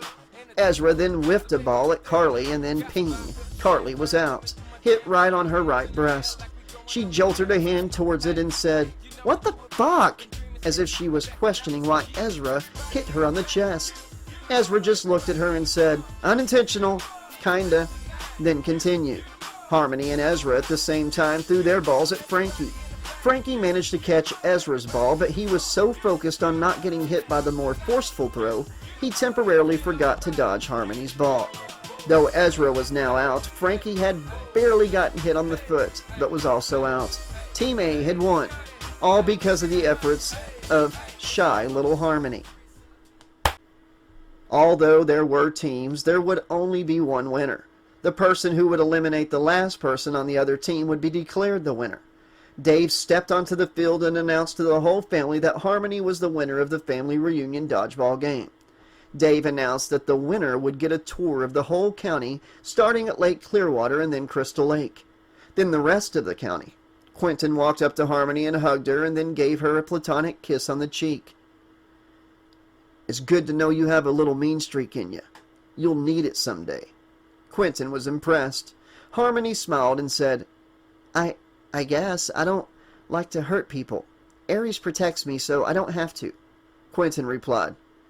"I know, honey bun, I get it." It was almost lunchtime, and there was a lot of food to go around. Otis was starving, and he didn't want to wait another 40 minutes to eat. He had brought his own food, but didn't want to eat it in front of anyone, and he also didn't want anyone to know that he had food. His hunger must have increased from the activity of the dodgeball game.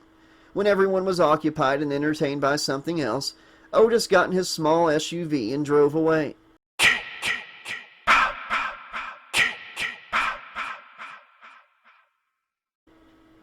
He wanted to go for a little ride and check out the campsites in the area. It sounded like a good idea. Otis was not from New Jersey, let alone the East Coast. He came from Scottsdale, Arizona. It was kind of unusual for a person to be as fat as Otis was and be from a state where the weather was so hot, but he was a strange exception to the rule. As Otis drove down the road, he saw signs that pointed in different directions that consisted of multiple campsites. All of the campsites covered over 100 square miles of area. Anyone could get lost, and most people who came to the county had no idea how large the property was. Otis had no idea where he was going, but had a map and GPS with him, so he figured that he would be fine with the navigation. Also, Otis was unaware of the reputation of Crystal Lake, and surprisingly, he had never heard of Jason Vorhees. Out of all the campsites and directions to choose from, he chose the sign that said, and he read out loud, "Camp Crystal Lake, 10 miles. The roads were full of snow, but was paved by the owners of the property. Who paved the streets around Crystal Lake? The company that hired workers to put salt down and pave the roads were the same company that worked for Black Star. The employees knew to get their work done and to get out of the area ASAP and before nightfall. There was a lot of snow on the ground, probably around 2 feet, but at that current time the weather was mostly calm, but was starting to get windy. The afternoon passed, and it was now the early evening. In a few hours it would be night, but Otis didn't plan on being away for that long. He figured he could go for a little ride, eat something, and be back to eat with the rest of the family. 2 miles out from the arrival, Otis saw the sign that said Crystal Lake. He liked the scenery and felt relaxed right away. Upon pulling up to the lake, Otis saw a multitude of cabins. When he arrived, he parked his vehicle next to the cabin that he planned on going into. The first cabin had been locked. He then searched around each cabin until he found one that was open. If none of them were open, he considered breaking into one of the cabins. It also crossed his mind that it wouldn't be worth it just to eat some food in privacy in his car. All of this just for a little snack break. Otis was a fat boy at heart. Well, a fat boy literally too, but that never discouraged him from enjoying the small sensations that he got from eating the foods that he loved. Walking to the first cabin, Otis started huffing and puffing, losing his breath. He muttered out loud, "Too fat for this. Oh well, it'll be worth it." The guy was around 6 feet tall and was around 400 pounds. He had developed an eating disorder in his junior year of high school and kept getting fatter ever since. His primary health doctor had assigned him an exclusive workout regime and nutritional diet. His actual reason for sneaking off alone was to cheat on his diet. He knew that his friends at the family reunion would criticize him for putting his health and diet in jeopardy. He didn't want to hear that. Nothing could convince him that his cravings were bad for him. His binge eating made him feel good, even if it was a bad habit. It gave him a sense of nostalgia. A time when he wasn't overweight, ironically. When he got to that first cabin, he saw the cabin steps. He took his time going up the stairs, and when he got to the top, he felt relieved. "Yes," Otis muttered out loud. In his mind, he considered that going that many steps was a workout. He also figured that he would reward himself by eating all of the hot wings that he had dipped in gravy. He intentionally chose hot wings to heat up his body because it was the winter. Actually, kind of a smart move considering the climate. When he got to the door, he turned the knob, but his fingers slipped off the handle. Then he tried to open it again. It was locked. "Damn it! Damn it!" Otis said out loud. Even though it crossed his mind, Otis considered that he didn't have the energy or enthusiasm to break into the cabin. So he had to try another one. He walked down the stairs at twice the pace that he went up the stairs. Walking up the next cabin, Otis, almost dragging his feet, nearly tripped since there was so much snow on the ground. He muttered again, "What Intarnations. Next, while walking in between the two cabins, Otis heard a loud cracking noise. He stopped and looked around, waited for about a minute, then pulled out a small survival knife. He decided that if he wasn't going to be able to run away from danger, he would at least put up a fight against whatever was potentially out there. For a few short moments, Otis gained a sense of confidence over himself. Thinking the environment was beautiful didn't take away the feeling that kept him shaken up by the subtle eeriness of the campsite. He felt confident, since he had been following his assigned workout regime that Dr. Francis created for him back home. He felt healthier, faster, even stronger. But when it came to food, especially right now, he was cheating on his diet. After the minute was over, Otis put the knife back on his waist belt and continued to walk to the second cabin. Fortunately, the second cabin didn't have stairs. "Yes," Otis said out loud, and when he got to the door and grabbed it, the knob gave him a little shock to his hand. He shook his pudgy hand and then proceeded to open the door. The door opened, and before entering the room, Otis took a long look inside, taking precaution, but not for too long. Then his hunger urges nearly took over his movement, almost like he was possessed. When Otis walked into the cabin, he saw that there was a light switch and flicked the switch upward. The power worked, at least in this cabin, and a large-sized light bulb lit up the whole room. "Fuck yeah," Otis said with charisma. He then closed the door and locked it. Otis took precaution that, considering that he was technically trespassing, he would only stay in the cabin as long as it took him to finish eating. Then he would leave and go back to Lake Clearwater. He sat down at an old table that had wooden chairs that were probably a few decades old. He then unwrapped the food that he brought, the hot wings, pulled out some hand wipes, and placed a small bottle of water next to the wings. Otis started eating.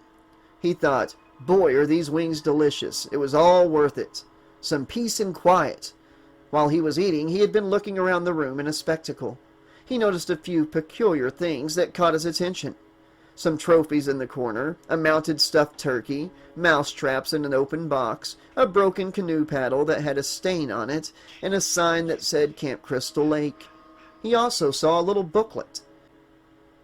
He walked over and picked it up. It was a little brown leather book that looked like a journal that said on the cover of it, "To my son." Otis opened the journal and saw that there were words written in black ink. The handwriting was readable and the font size was small but neat. On the first page it read, "To my beloved son Jason Vorhees, I am your father, Mr. Vorhees. Many will speak of me as being a bad man, and you will hear stories of how I was abusive towards your mother. But those rumors are just a bunch of lies. It was not I who was abusive towards your mother. I loved Pamela. I always have, just like I have always loved you, Jason. One day you, me, and your mother will reunite, but in the meantime, read the text inside this book. I have been watching over you throughout the past decades and have been taking notes to how to heal you. But there are things that have to be done first in order for that to come to fruition. There are my grimoires, and you as my son are entitled to obtain this knowledge. Punish your enemies and kill them slowly. They have always attacked our family, and we will show them by making examples out of them. My special boy Jason, we will be a family again one day. I will be looking for you. Love, Mr. Vorhees." Otis put the booklet in his back pocket and then sat down and thought about what he had just read. Then he pulled the book back out of his pocket, reopened it, and started to flip through random pages. The book must have been around 200 pages, all handwritten. There were also pictures of weird-looking creatures and hieroglyphics in the book. There were dates in there, too, that appeared to have rituals attached to them. This was definitely someone's grimoire, by a guy named Mr. Vorhees. Otis muttered, "This place is making me feel creeped out. I need to get back soon before things get even more eerie." Even though he was a little excited by what he saw, Otis happened to be creeped out by what he read and wanted to get back to Lake Clearwater when he was finished. Otis went back to the table. He stared at the Crystal Lake sign for a few moments, then continued eating. He took a sip of water and paused for a few seconds. He thought that the wings would be a good tune-up for a meal for whatever they had back at Clearwater. Thinking about what he just read from the little booklet gave him chills. He now was about halfway done with his food, and then he heard something outside. The door was locked, so he figured that he was somewhat safe from any potential hostile wildlife. Could it be a bear, he thought. Oh God, no, please don't be a bear, he said out loud. I'm too slow and out of shape to try and outrun a bear, he said out loud again and frantically. He then got up and looked out the window. He didn't see anything, so he waited for a while. He walked back to the table and grabbed the remainder of his hot wings. He decided to eat the rest of the wings while he looked out the window. While looking out the window, Otis saw something with his peripheral vision, but he wasn't sure what it was.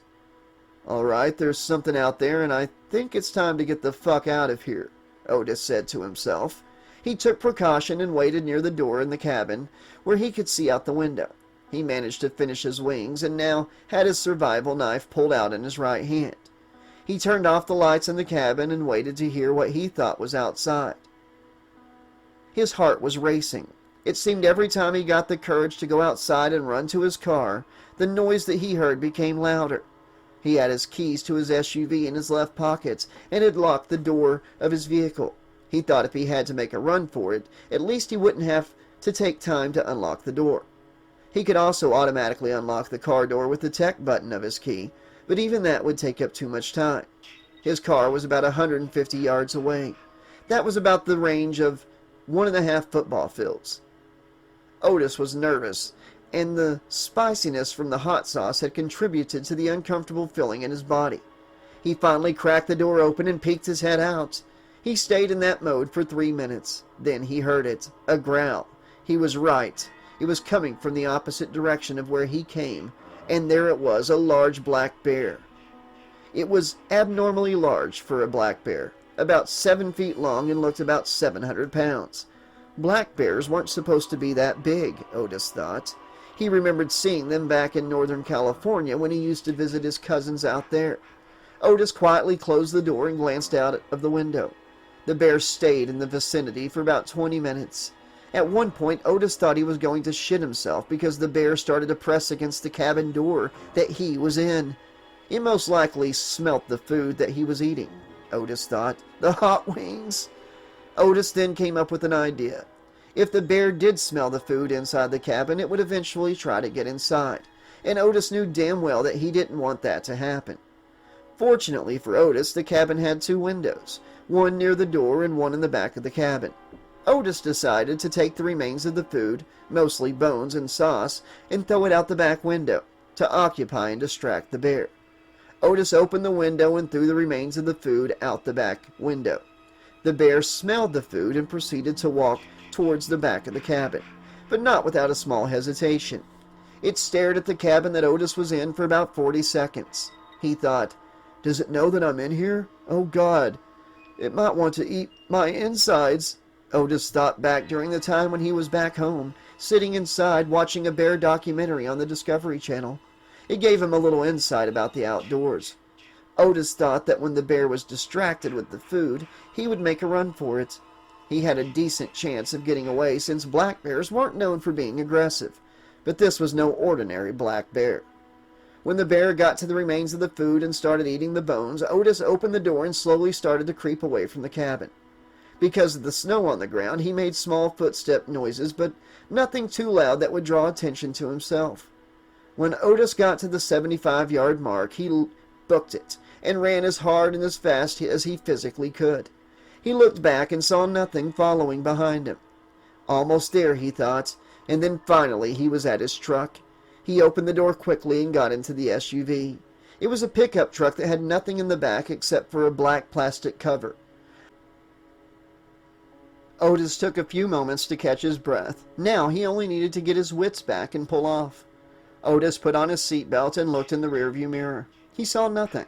He grabbed his car keys out of his right pocket, turned on his vehicle, then looked through the rearview mirror again and said, "Glad to get the hell away from this place." Then he pulled off. He was back on the road and the cabins were at least a mile behind him. He thought, "Should I tell the others about what I experienced? That there's an abnormally large black bear roaming around Crystal Lake? Yeah, I guess I'll tell them about the bear," Otis said out loud to himself. While driving back to Lake Clearwater, Otis kept feeling a bump stutter while he was driving. It was like a brief turbulence every few hundreds of feet or so. He was a heavy man, but the SUV could bear him. The only thing that could throw this truck out of sync would be if another heavy object was on board. Otis then pulled over. He figured that he was far enough away from Crystal Lake.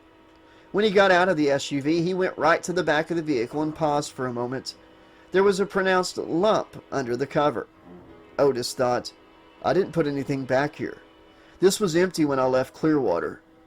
Otis pulled the black plastic cover back from the vehicle. When he pulled the cover back, a large man sat in the upright position with such quickness. Otis just stared. Who the fuck was this large man in the back of his truck? The man smelled like mud and rotten meat. The man just sat there still with a sack covering his head. He continued to sit up staring at Otis, breathing heavy. Otis was terrified, frozen in time because he didn't know what to do, how to respond, and had never seen someone with such a mysterious aura. Nothing remotely even close to it. This man seemed frantic, as if he was thrilled to entice fear in Otis. The man then stood up and bent over directly towards Otis's face. Otis swallowed hard and said nervously, Are you lost, sir?" The heavily muscled man said nothing, then lifted the sack off his face. The large lumpy head had a cynical look on it. It was Jason Vorhees. But something was different about him. Jason then went to grab something in the back of the truck. It was a noose. Otis began to run, but about time he got back near the driver's seat, Jason had used the rope to ring it around his neck. Otis pulled back and tugged with Jason. Otis screamed frantically, "Leave me alone, you creep! Get away!" When Jason got close enough, Otis struck him with a two-strike combination, a jab to the throat and then a poke to the eyes. The jab did nothing, but somehow the eye poke affected the assailant. But it had not been enough to stop him in his tracks. Jason then proceeded to throw punches at the fat torso of Otis. Wham! Thump! And then a fast three-punch combination straight to the face, hook to the stomach, and then a straight to Otis's face again. Otis dropped to the ground, dazed and confused. Never had he been hit with so much force and precision. The man had combat skills and his technique was sound. Otis then started to mutter deliriously, What? After a few short moments, ragdolled and dragged in the snow on the road, Otis had taken a beating. Gasping for air and out of breath, Otis tried his best to gain his bearings. When the opportunity presented itself, Otis was to get close enough again to Jason and make his move. And the time was now. Otis pulled out his survival knife and stabbed Jason right in the groin. Otis had somehow managed to get a successful attack on the slasher before he was attacked again. Jason made a strange but frustrated yell. Otis had stabbed him in his genitals. This act had triggered an intense reaction within Jason. Jason shook off the pain and took hold of one of Otis's ankles and then snapped it. Crack was the sound of his ankles breaking, preventing him from running. Jason then took the other ankle and snapped it. Snap! An even louder cracking noise. Otis yelled at the top of his lungs and was freaking out. Help! Help me! This motherfucker's killing me! Help! Jason wanted to punish the fat man for stabbing him in his privates. Otis had pissed him off. Somehow Otis fighting back reminded him back to 1981, when that guy named Paul Holt put up a fight against him. That had been the first group of humans Jason had dealt with. Now is the time to punish for Mommy, the voice in Jason's head said to him. Next, Jason grabbed one of Otis's forearms and snapped it, then snapped the other. Oh, God! Otis screamed out in agony. In this present moment, Otis could not walk or crawl. Stop! Stop, please! I don't fucking know you! Leave me alone! Otis said frantically. Jason then stared at Otis for a few seconds and then walked away. Into the woods Jason went, which for a brief moment relieved Otis, but still he was in so much pain. It was late in the evening and it would be dark in a couple of hours. Otis rolled on the ground for about 20 minutes, trying to get his composure. There had been no sign of Jason. At this point, Otis would have preferred interacting with the bear instead of the sack-wearing bastard that crippled him. It took Otis almost an hour to muster up his energy to gain semi-stability and to get into the driver's seat of his SUV. He was slumped over because he couldn't stand, and he couldn't grip anything with his hands. Looking for his cell phone, Otis noticed that his map was gone. Jason must have taken it with the phone, or was Otis jumping to conclusions due to his fear and delirium? Otis felt helpless. Every minute that went past meant that his chances of surviving would diminish. It was now dusk, and Otis was starting to hear noises in the woods. No vehicle had come past since he was on the road, not one. He was still in immense amount of pain, but he had enough strength to muster up energy to scramble around his car for a few minutes. Unfortunately for him, he didn't find the map or his phone. His vehicle keys were gone, and it was now dark. Otis got back in his car. He locked all the doors in the SUV and hoped that the maniac didn't come back to finish him off. He sat looking straight down the road, shaking his head. He experienced all of this just because he wanted to sneak off and eat some hot wings. He still had the book in his back pocket. He thought, was that Jason Voorhees? He also thought of why no one, especially Mr. Sully, didn't warn him about the area. It didn't matter now. He just wanted to get back to Clearwater and warn the rest of the family. But even if he did have the keys to the SUV, he wouldn't be able to drive. Otis fell asleep in the driver's seat for a few hours. What woke him up was a bright light shining on his vehicle. It was a pickup truck coming from the direction of Crystal Lake. Otis's heart jumped. He was hoping that it wasn't the maniac that put the beating on him, but Jason didn't drive. It had to be someone else. The truck pulled up to his vehicle. Otis just gazed at the driver, and then he rolled down his window button with one of his still functioning fingers. The driver gave him a little wave. Otis started to talk to the driver.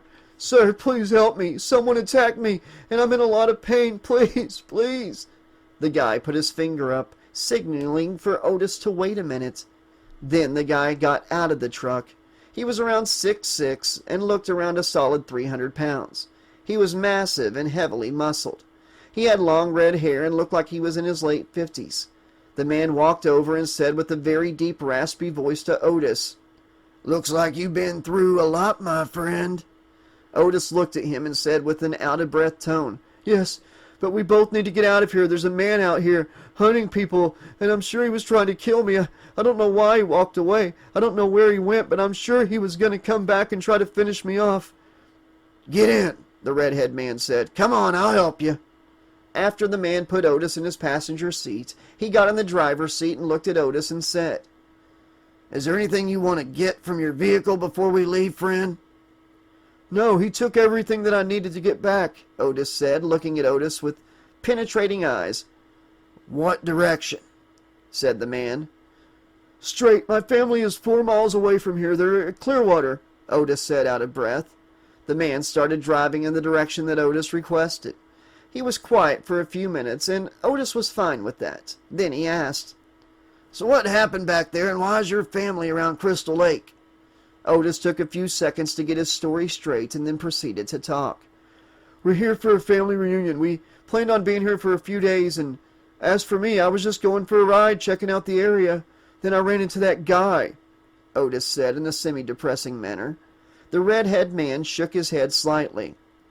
"It's always great to be around family, but when it comes to this place, you don't want to travel around here alone." Otis was starting to relax a bit, even while wincing in pain. Still a little out of breath, Otis continued. "I ran into a large black bear, too. I thought that would have been my biggest problem out here, but apparently not." They both were about 2 miles out from Clearwater. It was starting to snow. "So, who was the guy that attacked you? Do you know him?" the man said with his deep voice. "I think his name is Jason," Otis replied. "Jason, huh? How do you figure that?" said the mysterious man. Otis then pulled the little brown book out from his back pocket and showed the man what he had. I found this book in one of the cabins that I was in. I flipped through it and it mentioned a guy named Jason Voorhees. It also had a guy named Mr. Vorhees in it too." "Interesting," the man said. "What was in the book?" Otis slightly turned to his side, as if he was implying for the man to grab the book. "Here, take a look for yourself," Otis suggested. The man grabbed the brown book out of one of Otis's crippled hands and looked through it for a while, and at the same time shifting his eyes on the road. At this point, they were about 1.25 miles away from Clearwater. The man pulled over and stopped the car. He made sure that Otis had his full attention and gazed directly into Otis's eyes, took a deep breath, smiled, and said to Otis, "Sometimes I don't recognize my own handwriting." Otis looked confused. "What are you talking about, sir?" The man sat up even more straight than he already was. "I find it something that you never asked my name. So allow me to introduce myself. My name is Jeb, named after my ancestor that came to this country centuries ago. But you can call me Mr. Vorhees."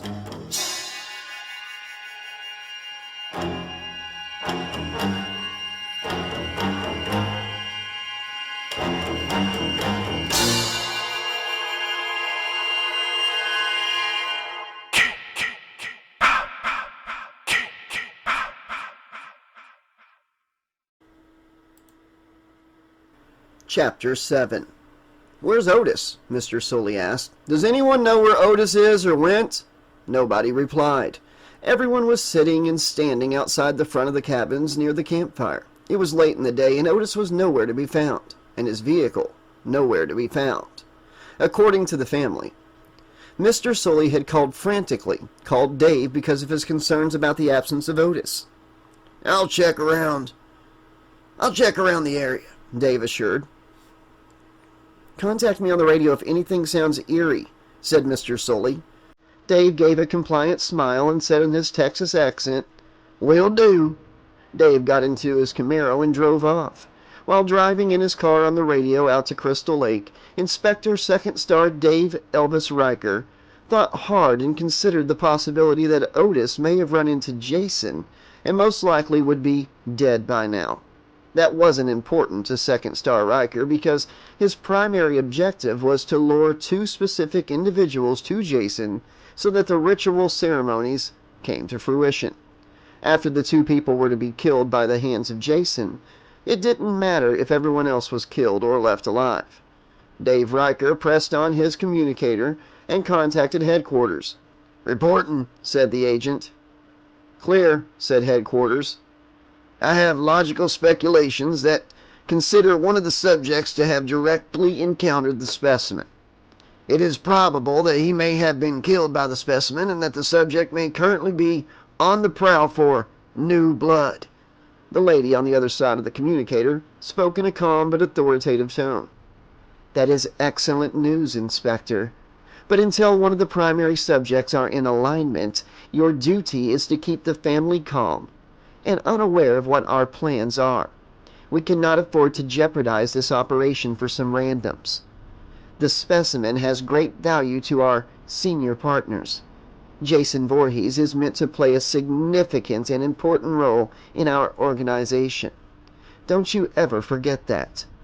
Riker was a very obedient agent and had completed every one of his missions throughout his affiliation with Black Star.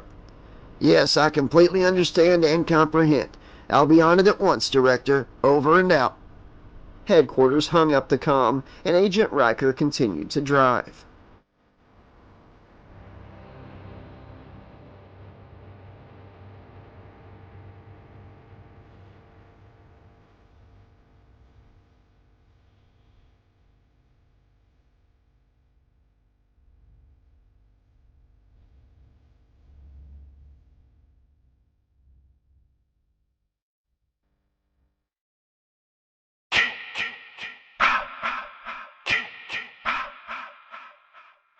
"You people don't reflect on your own hypocritical behavior.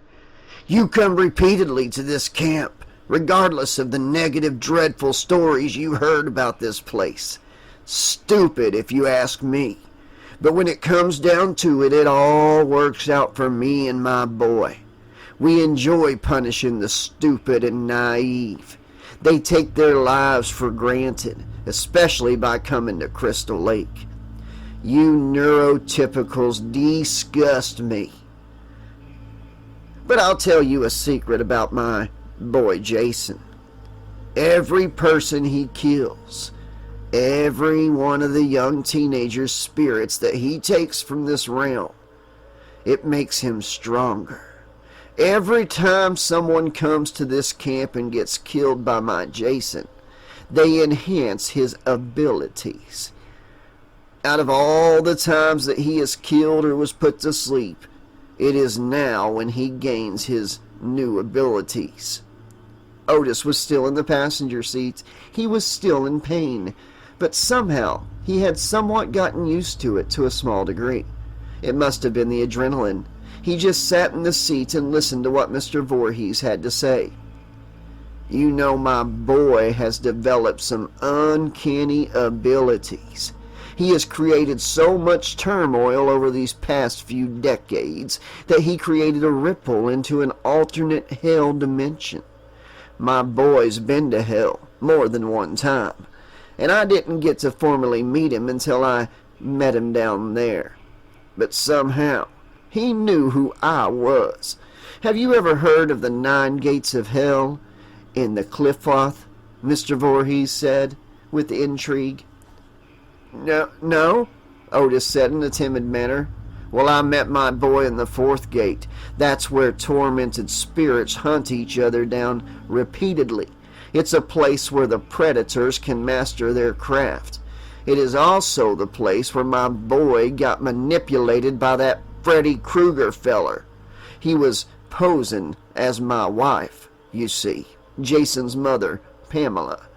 But that guy now resides in the 5th gate, where most of his memories have been erased by the governor demons of hell. What nobody realizes besides me is that Freddy Krueger was just a messenger to the real mastermind of the nightmare realm.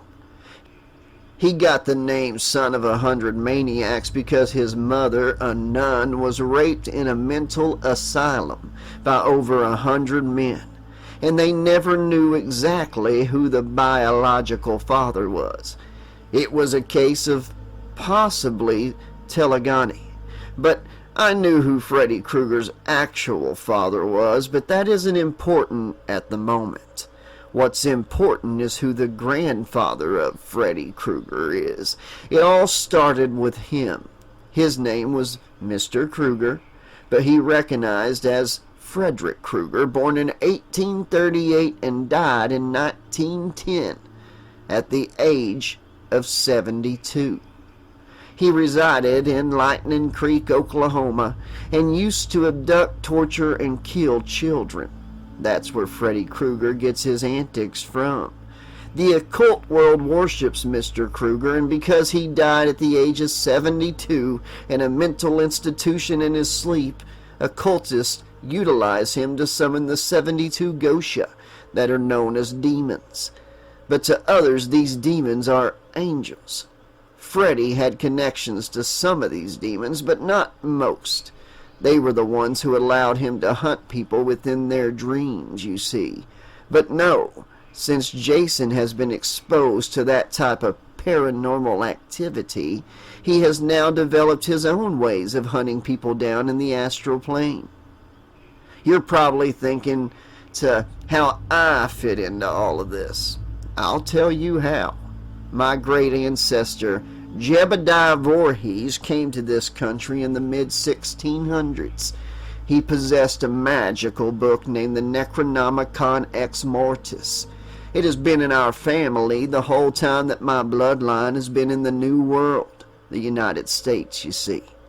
Jason actually used it back in the 1990s when he was possessing people with his spirit. Body snatching is one of many of his abilities, you see. But everything got stalemated when these FBI agents destroyed Jason's body in '93. But years later, I was able to retrieve the remains of my son's body, so I've been experimenting with what I've retrieved. One of my relatives were able to send Jason to hell with the assistance of a guy named Creighton Duke. You know, Duke was presumed dead, but his body was never found. But I think I have an idea of what happened. You see, I knew Creighton Duke. He worked with my punk bitch of a brother-in-law, Louis Vendretti.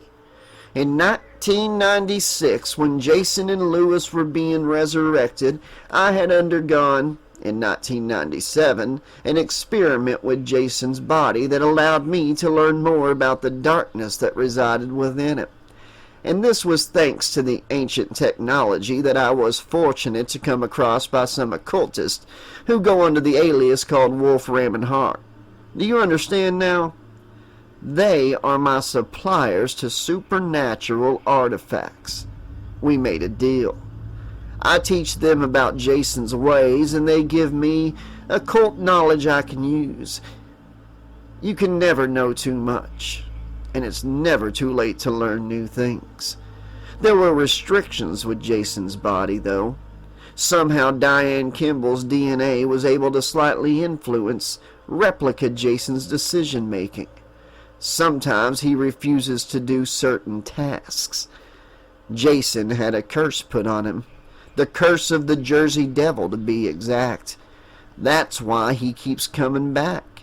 That is also why I am back too. I'll tell you another secret.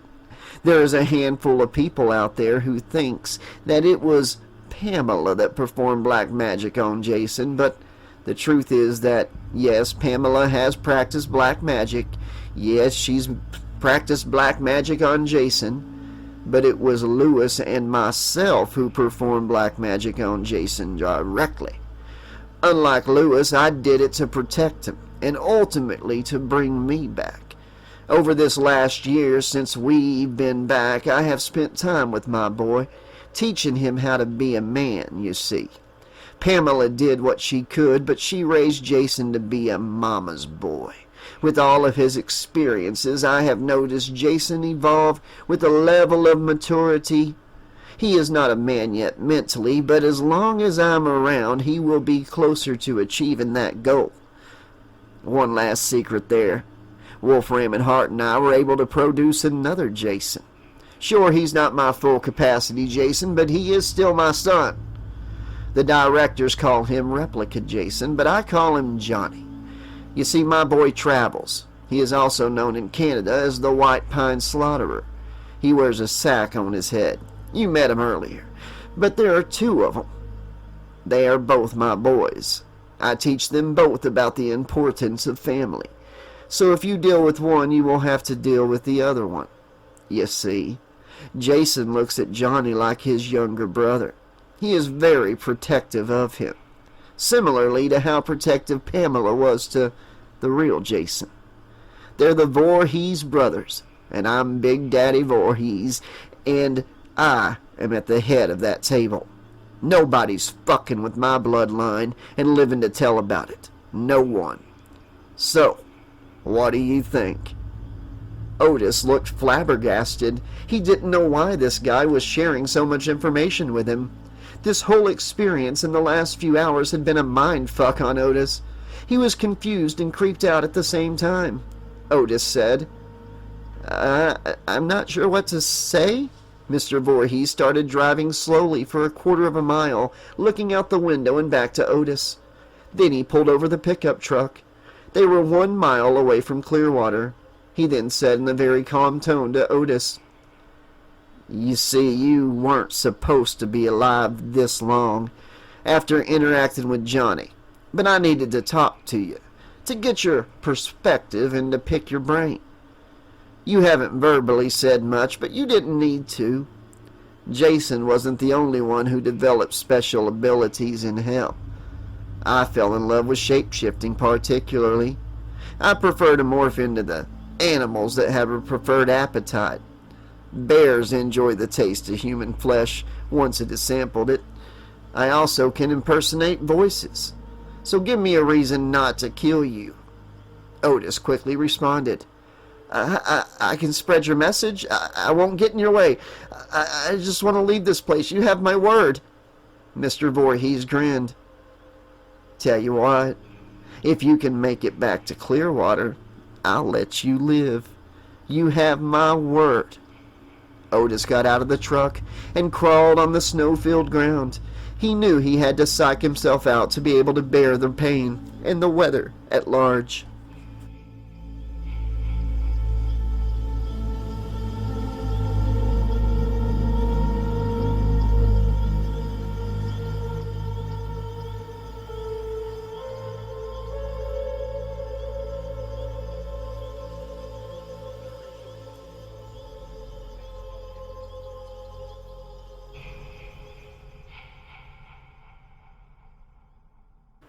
Mr. Vorhees U-turned and drove away in the opposite direction.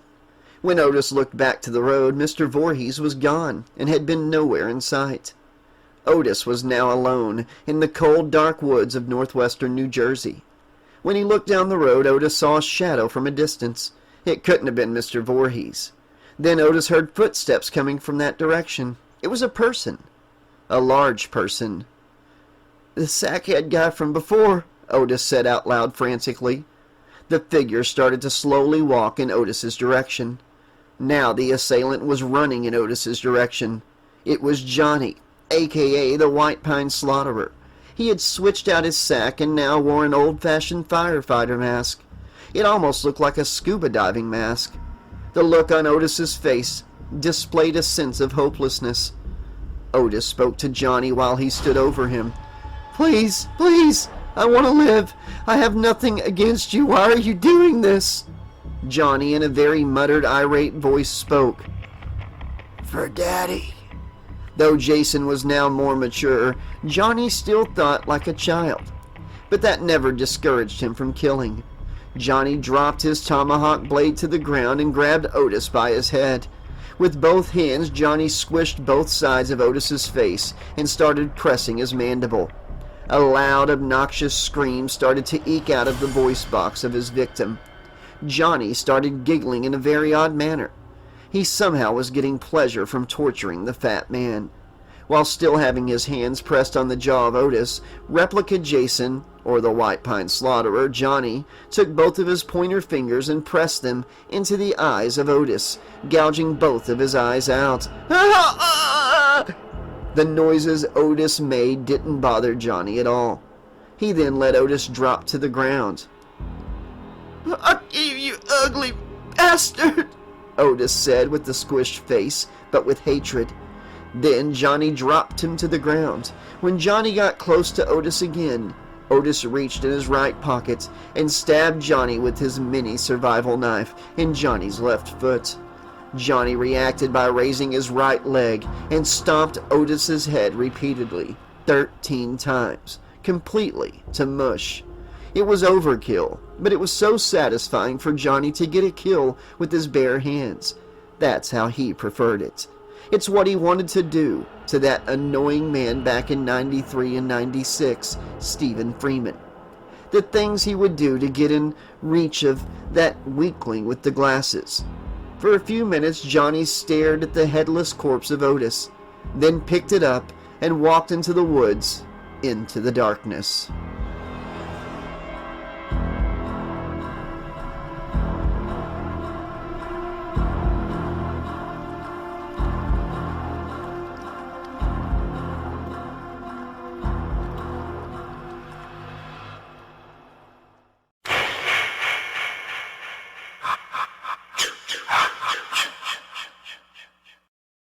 Act 1, Chapter 8. Marcus said out loud to himself, "Yeah, exactly like I thought. Nobody has an analysis like me." Marcus's psychological profile of Jason was put into 3 categories. The first category would be in cognition, the second in description, and third in analysis. In cognition, Marcus classified Jason as being a schizoid metapsychopath, meaning that Jason's social and communicative behavior is that of the abnormal. As a child, Jason preferred not to talk, but during the times when he did, his schizoid demeanor caused people to feel awkward around him. He was considered a metapsychopath. First, because his psychopathy is grounded in his fearless dominance complex, along with his frontal lobe disinhibition. His supernatural abilities, while being a sociopath, increased his aggression. His uncanny abilities, like his killing style, fused with his extrasensory perception abilities, is what makes him a metapsychopath, an undead serial killer with psychic powers. Marcus also figured that if Jason could critically think on his own, it would likely derive from memories that trigger the tragic events from his human life. Jason's thinking would likely be that of a mentally retarded person, having no family bonds and being tricked multiple times by his pursued victims that caused him harm, likely created a constant confusion of his reality, along with his auditory and visual hallucinations, and cognitive dissonance, and emotional dissonance. It was considered that Jason would probably shift between brainwave activity when a trigger would induce him. The spirits that influence and manipulate Jason may also likely entice mental complexes within him, causing his level of consciousness and awareness to shift to different modes of awareness. In Marcus's description, Jason is considered a serial killer. His killing style would resemble much of that of a sadistic big game hunter that kills for pleasure and revenge. It was said that Jason didn't sleep, so Marcus took into effect that Jason didn't need to rely on specific times of the day to hunt, but would most likely be nocturnal or more likely a crepuscular hunter. He would choose to hunt and kill people mostly during the pitch dark of night, or right before the crack of dawn, reacting off of people's circadian rhythms. He has the ability to sense people's presence when they are in close proximity or within a certain vicinity of him, and also, Jason may possess remote viewing abilities. Perhaps during the daytime, he would wait for people to just stumble upon him, and then kill them where they stood. Marcus's analysis of Jason was what it was because of Jason's rumored acts of killing, along with the rumors of him being undead via his experience of having gone to hell. Jason had created a ripple effect in a few time dimensions, and somehow had aligned with the gates of the other alternate universes. The contributions likely arose from the natural phenomena of quantum physics and quantum entanglement. Marcus had precognitive abilities of his own that also worked for him as a presentiment. He would have visions of the near potential future, but they would only last around 6 seconds. But it would come in handy very soon. Marcus also had a rare medical condition where sometimes his hands would move by themselves. The generic name was called alien hand syndrome, but the technical and medical terms are called Strangelove syndrome. He would sometimes awaken to his hands moving by themselves, usually individually, but once in a while moving at the same time. His hands would wake him out of a deep sleep. He would see his hands punching the air, grabbing for something, or just pointing. Marcus had also developed a form of dissociative identity disorder that was likely latrogenically induced. But even with his own tribulations, it was up to Marcus to help free Jason from his indeterminate state. Knowing the details were important for Marcus, especially if he was expected to have a direct encounter with Jason. So many people have made the mistake when coming to Crystal Lake, by thinking that Jason Vorhees was like any normal person. Throughout the decades, Jason had taken on many different forms, seemingly more degenerated and less human than that of his prior state. To Marcus's awareness, he had enough implications from stories that were told to him that gave him a unique enough perspective that gives him a chance at winning. He figured that just about anything that was connected with Jason would exude his energy. His mask, the head of his mother, even his machete would have his psychotic aura within it. How would Marcus interact around a Crystal Lake cursed artifact? In the trunk of his car, the Necronomicon Ex Mortis laid flat inside one of the duffel bags. Marcus had gotten into his possession 6 years ago. He had traveled to Crystal Lake, New Jersey to retrieve it. Somehow the book had ended up back at the Vorhees' house after the Dream Warriors had killed Jason back in 2009. Back when Jason was sent to hell the second time, supposedly, and somehow the federal government had obtained it in the District of Columbia. Marcus was also aware that it was rumored that there were multiple copies of the Necronomicon Ex Mortis, but which one did he possess? Would it work if he was to use it directly? Marcus was certain that the book that he owned was the one original one that was fully effective. Within the last year, Marcus had felt a type of spiritual connection to the book, as if it was influencing him. It gave him the ability to optimize his reflexes and gave him an intense focus when he would get into rage mode, like a rage flow state. But this would only happen once he touched the book with his bare hands. This is why he keeps the book covered.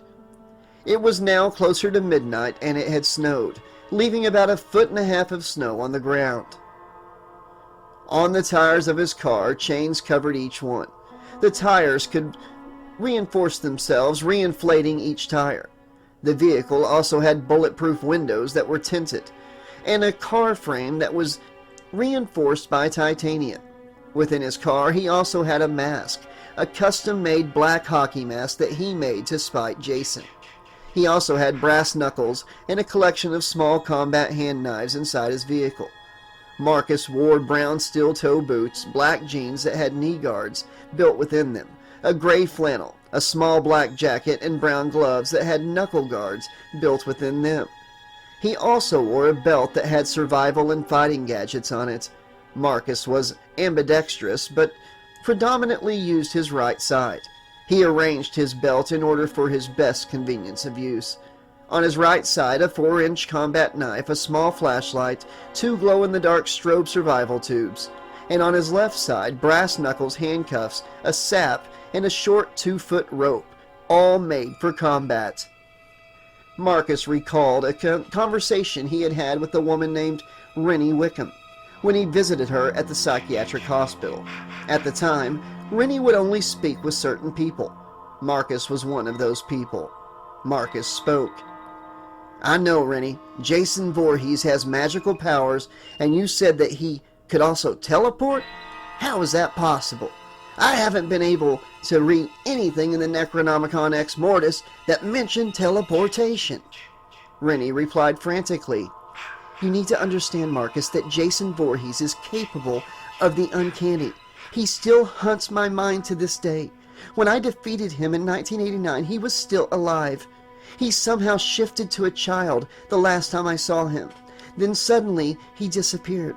I haven't been the same since that day. I am fighting to get my life back, and I thank God that Sean Robertson still supports me. You know, he visits me sometimes." "What a sweetheart," Rennie said passionately. Then she continued. "We took on Jason together on the ship and then in Manhattan, where we were able to at least slow him down. You know, Marcus, Tina Shepard and I think that you and I have similar presentiment abilities. And just like we rehearsed, you, me, and Tina will mind meld. We will link our minds together when the time comes. Also, Tina and I don't think that Jason is alone. We think the shadow government wants people like us deleted. Let's not let them have their way. With all of the conflict going on in the world today, we can be the ones who decide that the world needs to heal and not to hurt," Rennie said. Marcus continued to listen while Rennie kept speaking. "Camp Crystal Lake has been cursed long before the drowning of Jason Voorhees. I swam in that lake personally, and it was like I could sense the deceased spirits of Jason's victims. Through tasting the water within the lake, it was disgusting. I later found out that those same spirits are being collected by an entity and spirit collector called the Rage Spirits. Apparently the Rage Spirits is supposedly from something called the Realm of Great Gaia. It is an earth spirit that latches onto hominins, like Homo sapiens and their cousins. It was because of the ancient Rage Spirits from the Realm of Great Gaia as to why the Neanderthals went extinct. The Rage Spirits caused the Neanderthals to completely transform into a berserk within the mind, driving them mad, mentally insane and unhinged.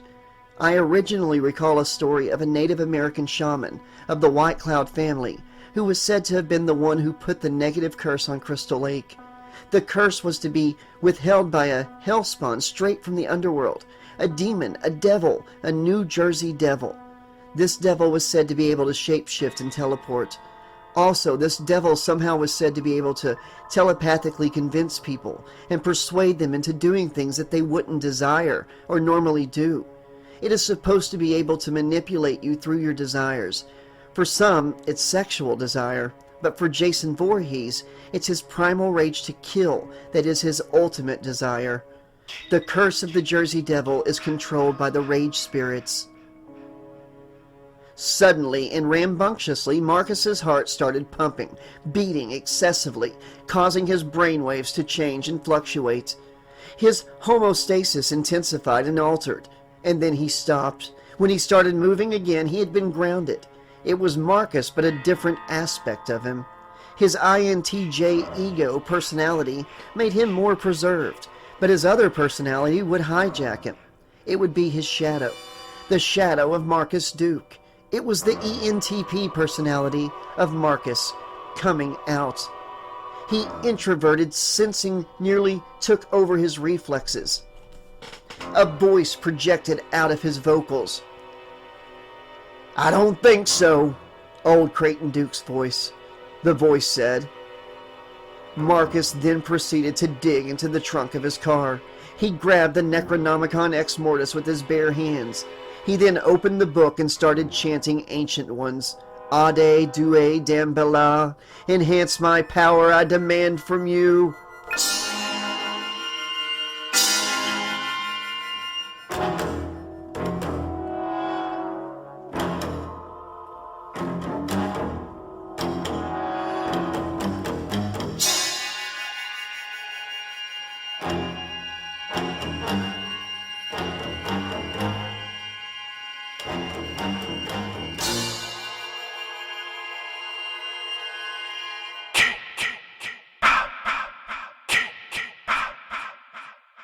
Back at Lake Clearwater, each family stayed in their assigned cabins. All 32 members, except for one, were sitting around each of the 6 cabins, huddled around in conversation while still communicating on the radios. For the most part, the families were still having a great time. The only issue was that Otis was missing. Mr. and Mrs. Sully were the only 2 people who had Otis's cell phone number. Both of them were aware of Otis's absence, but figured it would be best to just stay calm and keep the reunion going. It was also a good chance that Otis was all right and that maybe something else came up. At this point, no one knew for sure what happened to Otis, so it was best that everyone stayed optimistic. But the spontaneous shifts in the weather made that difficult. While sitting in their cabin, Mr. and Mrs. Sully sat around the rest of the people in the room. They had a nice fire going in the fireplace, and most of the people in the room were eating s'mores. It was starting to snow again, and the weather had already left 18 inches of snow on the ground earlier in the night. The family had one more day to spend in Clearwater, and then they would leave. It was almost midnight, and it was advised by Dave for everyone to get some rest for tomorrow. But Mr. and Mrs. Sully could not sleep, not just because of the disappearance of Otis, but because they felt a presence that wouldn't allow them to rest. Little did they know, Mr. Sully had an eerie feeling ever since he arrived at the lake, but just shrugged it off. At 12:01, Mr. Sully's cell phone rang. Though it was difficult, once in a blue moon, people would get cell phone reception at the lake. Now just happened to be one of those times. Mr. Sully looked at the screen. It said Otis is calling. He faced Mrs. Sully and said, "Otis's number is calling me." His wife looked at him with a semi-optimistic look on her face and said, "Hurry, pick it up." When Mr. Sully picked up the phone, he said, "Yeah, Otis, is that you, buddy? Are you all right?" There was no response. "Is this Otis?" Still no reply. "If this is a prank, I don't find it to be funny. People are worried about you. You need to get back to Clearwater. The weather is dangerous out there. It can kill you." There was a pause for about 6 seconds. Then Mr. Sully heard something. He heard loud breathing like the person on the other line had just stopped running or was doing something strenuous. "Hello?" Mr. Sully said with annoyance. The activity on the phone was so strange to Mr. Sully that he just decided to put it on speakerphone so that everyone in the room could hear it.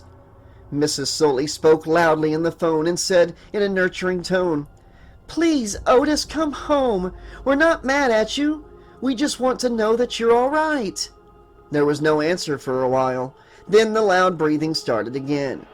Then they heard a loud screeching noise like something rusty was being pulled out from somewhere. The people in Mr. Sully's cabin just listened. Then it was dead silence for about 30 seconds. They heard another noise or sound or something that they couldn't register. It was a voice, but it wasn't Otis's. The voice was faint. It sounded like it was...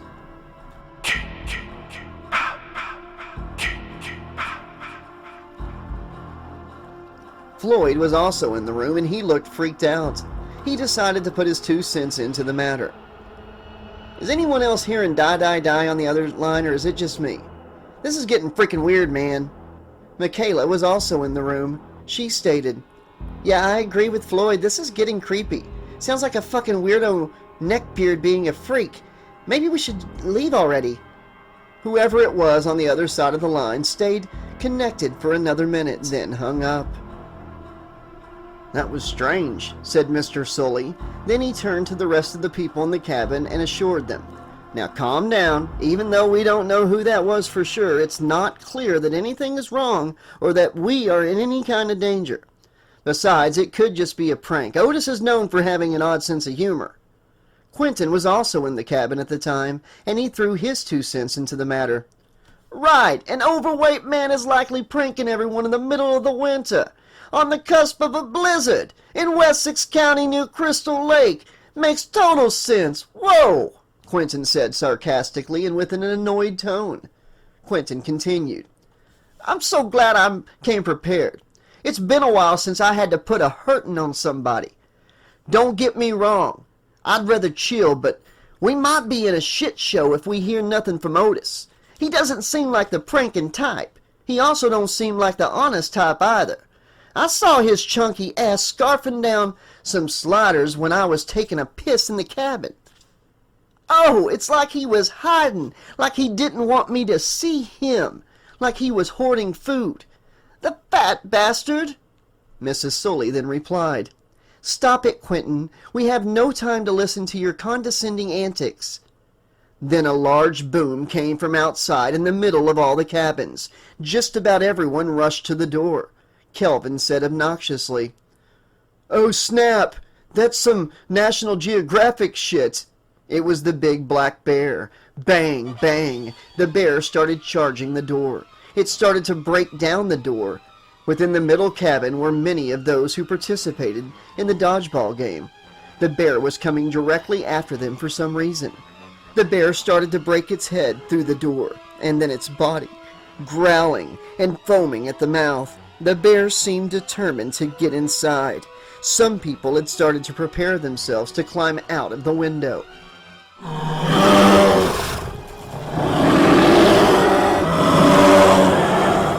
Aries, the husky dog, jumped in front of everyone and faced the door where the bear was entering, and got prepared to attack the beast.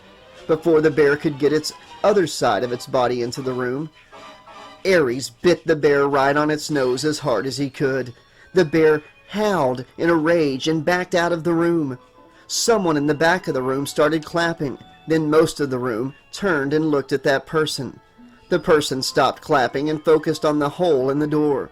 Aries leaped back in front of the door for about 20 seconds. Aries snarled at that door. Then he just stared for a moment. One of the bear's hands then reached out through the door and grabbed Aries out of the cabin. Kelvin started to bladder at the mouth. See, I told y'all that this shit was crazy to come up here. It's a fucking bear, and women say they choose a bear over a man? The fuck out of here. Well, ladies, here's your chance to be heroes with all the feminism shit. Cassandra then yelled, Shut the fuck up, Kelvin. Then a voice from outside projected itself. Get out of the house now. You're running out of time. You're in danger. Hurry. Hurry up. It was the voice of Otis. 2 people from one of the families that were staying in the cabin jumped out of the back window, and then the rest of the people started to run out of the cabin. When Mr. Sully finally left the cabin, he had been the last one to do so. The people who got outside before him were screaming for him to run out of the cabin. When Mr. Sully looked around outside, he witnessed a snafu of his family reacting to the situation. He did his best to try and yell and shout to get their attention and try and calm them, but the circumstance had been too chaotic and overwhelming for just about anyone to logically calm themselves. No! Mr. Sully shouted. Most people had escaped to their vehicles and drove off to other parts of the campsite. Those who were driving motor vehicles were going to end up scattered around the other campsites if they somehow managed to get away from the bear. To the right side of all the cabins, there was a body laying on the ground, not moving, with its legs halfway into the water. It was the body of Alex. His body looked mostly intact, but something was off about the way that his body was positioned while he was laying on his back. When Mr. Sully approached the body, he noticed that a large chunk of Alex's waist had been missing, like the bear had bit a huge chunk out of him. Some of his guts had been exposed and were laying on the ground with ingested steam coming out of it. Everyone else had been scattered. Mr. Sully had been so frightened that he just remained in shock, observing the appeared maimed body of Alex for a few moments, but had somehow forgotten to remind himself that the bear could possibly still be around. Alex had still been alive, but barely, and he was bleeding to death. Mr. Sully wanted to help, but it was far too late. About a minute later, poor Alex bled out completely, and he was alive no more. Mr. Sully took his eyes off of Alex's body and gazed further down the right side of the lake. Though it was the winter and the lake had been frozen, the pier of the lake had small non-frozen regions in the front of it. One of those spots were where Alex's body had laid, and another spot was where Mr. Sully had his eyes fixated on. There, the big black bear stood with its mouth occupied with human flesh. Frankie had been pinned down by the bear and was being smothered. It appeared that Frankie was alive. Then the bear opened its mouth wide and took a large bite out of the whole lower jaw of Frankie. The skin and bone had been ripped off from the mouth. Frankie squirmed for a brief second, then the bear started eating the rest of his face. A loud, mushy chewing sound came from the bear's mouth.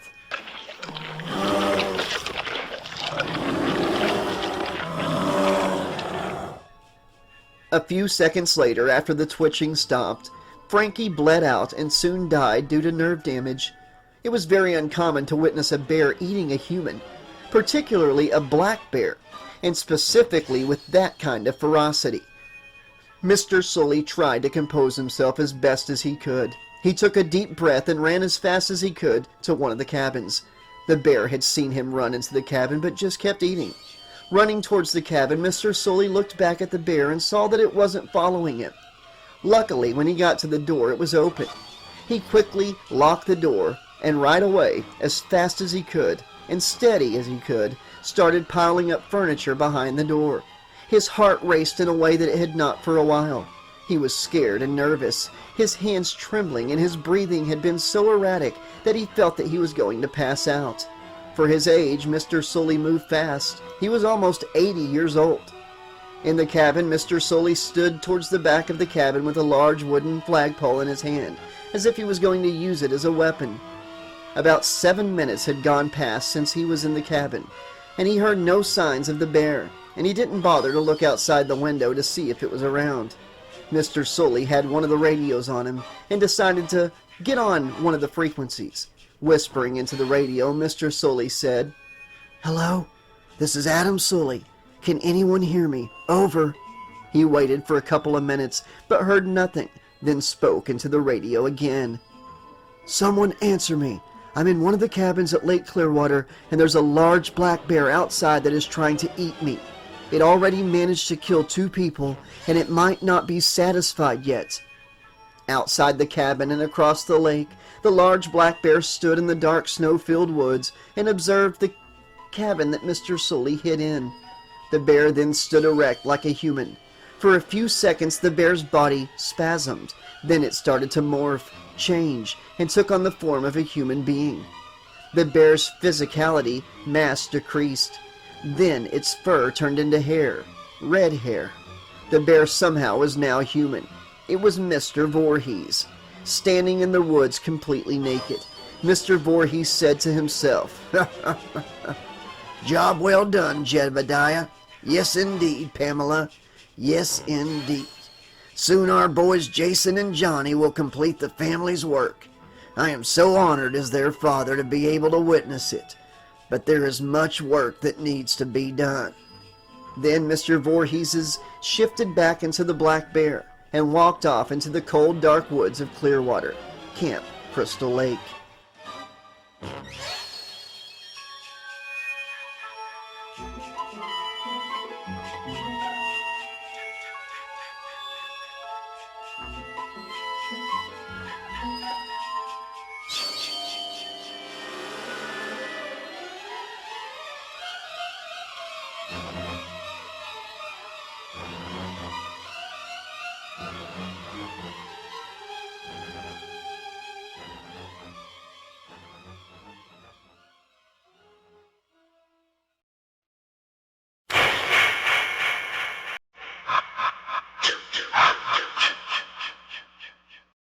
Second Star Riker waited at Crystal Lake. His assignment was to lead the family of campers back to the location in order to align the assigned targets to be executed for the director's ritual.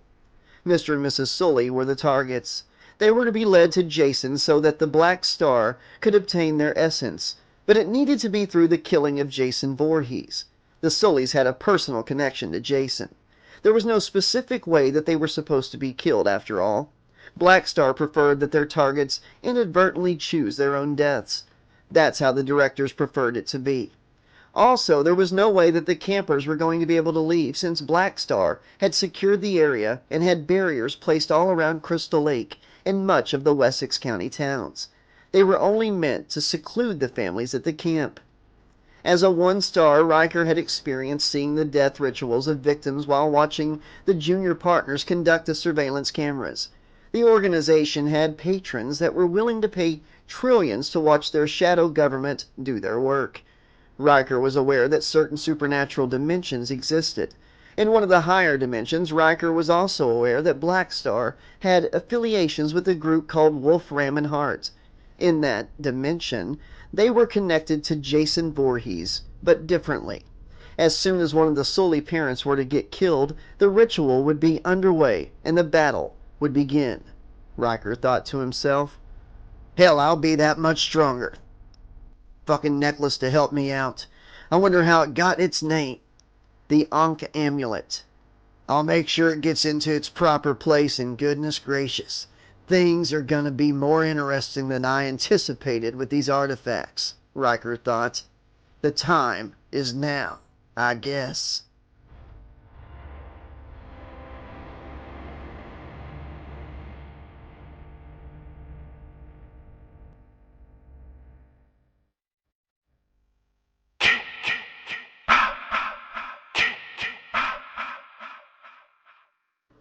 Act 1, Chapter 9.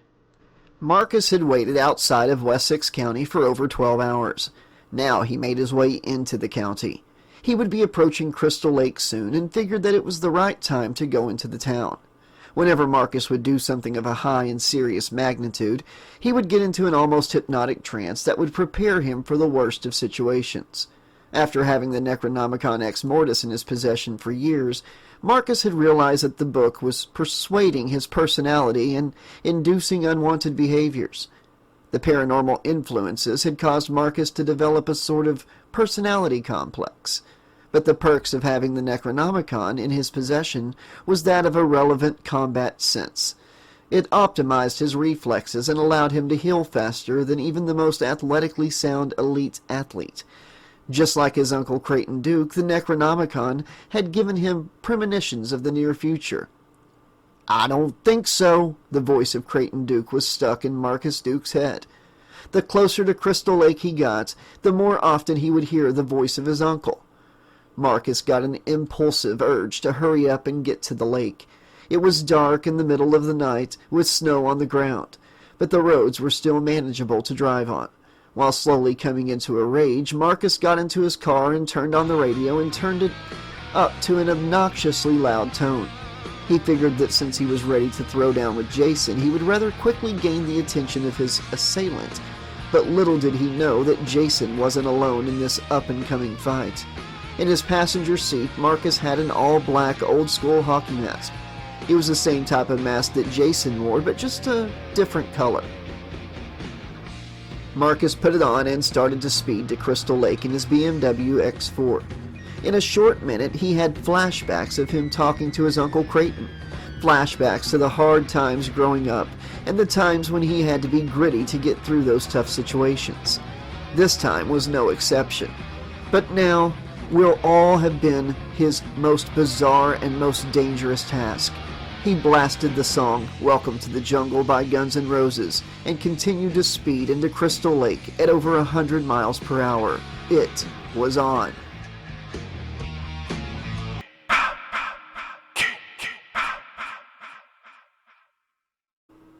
Some time had passed. In the woods, the families were spread throughout and around Clearwater and Crystal Lake. Somehow, the older people managed to end up at Camp Crystal Lake, while the younger people were spread out across the two lakes.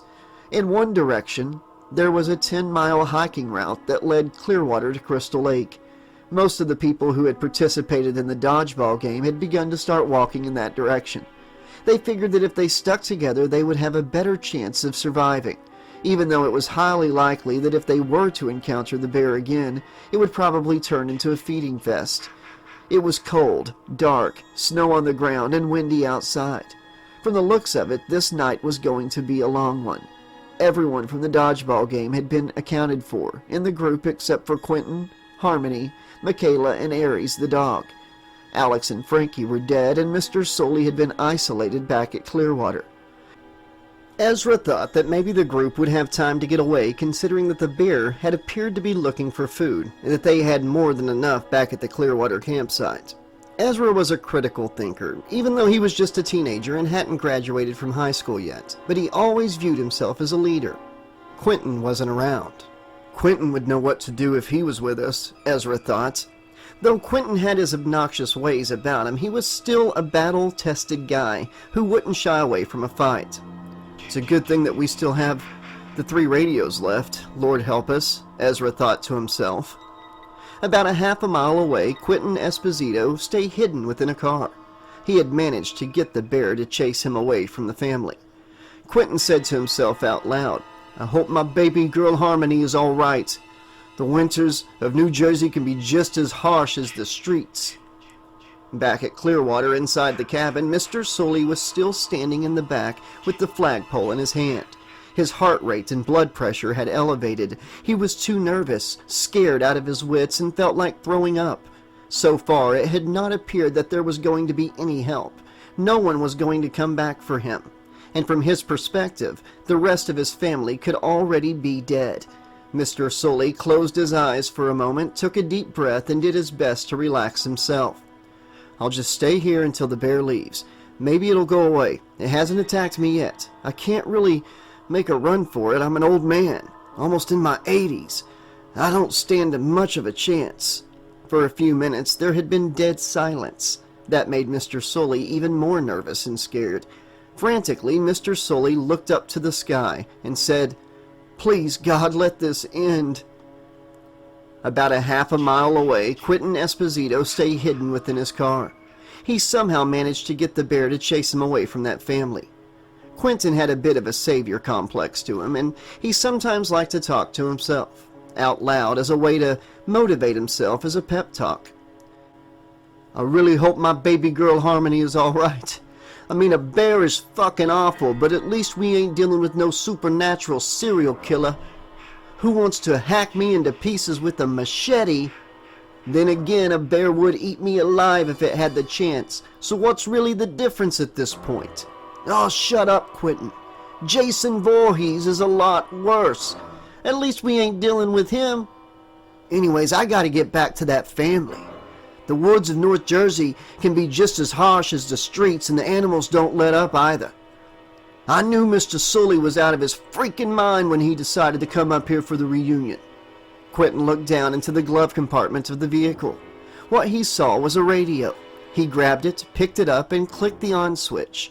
It had no signal. He tried to work it, but still had no success.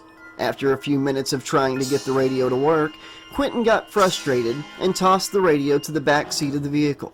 Then he heard a voice coming from that radio. "Hello?" He heard a murmured voice. Then he cleared. "Hello, can anyone hear me?" It was the voice of Ezra. Quentin's heart jumped with excitement, and he quickly scrambled to get the radio. He picked it up and started talking. "Ezra, is that you, buddy?" Ezra replied, "Yeah, it's me. And it's great to hear from you, Quentin. Where are you?" Quentin replied, "I'm not too far from y'all, probably a little over half a mile away. I don't see or hear that bear around, but I don't want to risk it by just jumping out the car. You know what? Fuck it. Uncle Quentin is on the way. Just get everybody together and make a plan to get out of this place, and I catch up with y'all." Ezra replied, "Just be careful, Quentin. For some reason, I don't think that bear is alone out here." "Yeah, I feel you on that. See you soon, brother." Quentin turned off the radio and pulled out a custom-made M9 Beretta out of the inside of his jacket. He thought to himself, I can at least slow it down if I ran into it again. Hopefully that won't be the least of my worries, because I have a real bad feeling about this. Outside, the bear was nowhere to be found. It had started to snow again, but this time it was snowing harder, almost like a blizzard. A small tapping on the porch of the cabin caught Mr. Sully's attention. The tapping turned into the sounds of creaking wood. Then all of a sudden, Mr. Sully heard footsteps? Oh no, Mr. Sully thought. This was most likely the bear. It's over. The thing is going to tear me apart. Mr. Sully considered frantically. He heard the movement of the steps again, but they didn't sound like animal steps. He heard the impact of a shoe, a boot hitting the ground. It sounded like a human. Maybe someone came to rescue him, he thought. The footsteps started again, but this time they were more pronounced. Mr. Sully figured that now would be the best time to get out of the cabin. He yelled at whomever was outside there. "Help! There's a bear out there trying to kill me!" The steps continued for a few short seconds after Mr. Sully stopped talking. Then the footsteps came to a halt. On the right side of the cabin there was a window where Mr. Sully could look outside, but it had been snowing so heavily out there that it was too blurry to see. Looking out the window, Mr. Sully could now see a large body on the porch of the cabin just standing still. Mr. Sully walked slowly to the door with the flagpole in his hand, took another deep breath, and proceeded to open the door. Briefly, a small sign of relief came to him, knowing that he had some human assistance and was probably not going to die. Mr. Sully opened the door and looked in the direction of the figure. He saw nothing. He was confused. He could have sworn that there was someone outside. He heard footsteps again and saw no signs of the bear. "I know I didn't get much rest tonight, but I don't think I'm hallucinating," Mr. Sully said, perplexed. Mr. Sully slowly but carefully walked out of the cabin and started to slowly creep around it. Then he heard the footsteps again. They were slow-walking, bulky footsteps, that of a human, a very large human, a 7-foot man. Falling to the ground, Mr. Sully lay flat on his stomach in terror. He said out loud, "It's you, the curse is real, you're Jason Vorhees." Then all of a sudden, the large masked assailant disappeared, as if he teleported. Laying with his face down in the snow-covered sand, Mr. Sully froze in place, literally and figuratively lay there, confused, not sure exactly what to do. He thought to himself, "The family reunion turned out to be a disaster. People are lost, hurt, and dead, all because of my stupid idea to bring my family to Clearwater." Clink, clink, clink was the sound of metal blades clashing. Mr. Sully lifted his head. When he looked around, he could see nothing. Fog was everywhere. He could not even see a few feet in front of him. Laying there, old and decrepit, what was Mr. Sully to do? He was too old and isolated in the forest of Camp Crystal Lake, with a bear that was trying to eat him and a man that is likely trying to kill him. For about 3 minutes the clinking sound stopped, so Mr. Sully just looked around. He still could not see anything on the premises. Terrified and scared out of his wits, Mr. Sully embarrassed. This had been the most emasculating circumstance that he had ever been in his whole life. In such a despair, Mr. Sully almost forgot where he was. Then the trance that he was in had broken by some soft but heavy breathing coming from behind him. He started rolling and squirming on the ground, but even with all of the suspicious noises that he kept hearing, Mr. Sully could not muster up the courage to get up and run. Mr. Sully said to himself out loud, "Come on, Sully, pull yourself together. You're better than this. Get up." Nothing, not even a pep talk to save his own life, could get him up and running. A few minutes had passed when he last heard any strange noises. Walking at a power-walking pace, the masked killer Jason Vorhees came marching in the direction of Mr. Sully. The big man was so fast that about the time Mr. Sully looked up with his body still on the ground, the body of Jason Vorhees stood hovered over him, swinging down with both arms with machetes in each one. Jason swung his arms with such a ferocity and intensity in his eyes that he did not see the 2 feet coming. Thud! Flying backwards through the air and about 40 feet back, Jason's long body broke the thick layer of ice that was covering the top of the lake. Then down his body went into the frozen lake. Standing up right away with intrigue, Mr. Sully stood right to his feet. He watched the large body of the masked killer sink to the bottom of the lake.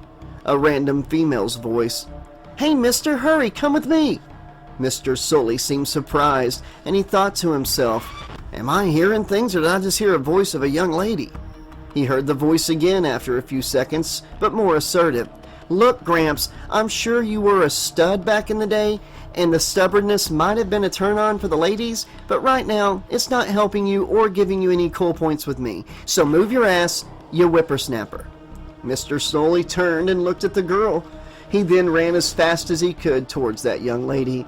He had not gotten a clear look at the girl, but now he was close enough to see what she looked like. She was a busty but petite, dark-eyed brunette. Her face was cute and her gaze was mesmerizing. She definitely had sex appeal. Mr. Sully had been surprised that someone came to rescue him, but he was even more surprised at how attractive the female was. After running for about 8 minutes straight, they both were now in the woods. The stars were the only objects in the environment that was projecting light. They stopped running and started to walk somewhat fast. The girl started talking to Mr. Sully. "So what's the deal with this place, Gramps? It's beautiful, don't get me wrong, but the energy here is kind of throwing me off. And that guy with the mask was bigger than I thought he would be."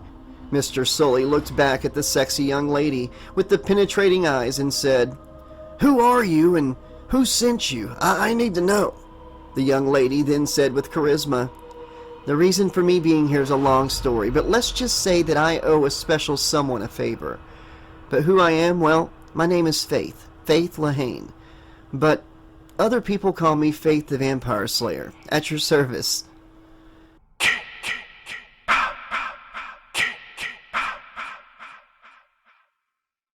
Inside of the lake, a loud heartbeat pounded excessively. Sunken to the bottom of the lake, his body lay still. The heartbeat continued to increase and intensify with every second that passed. Now regaining his full coherence, he clenched his hands, straightened his legs, and gained his wits. Breaking the ice and standing straight up, Meta Jason walked out of the lake and towards the direction of the cabins, towards the fleeing Mr. Sully.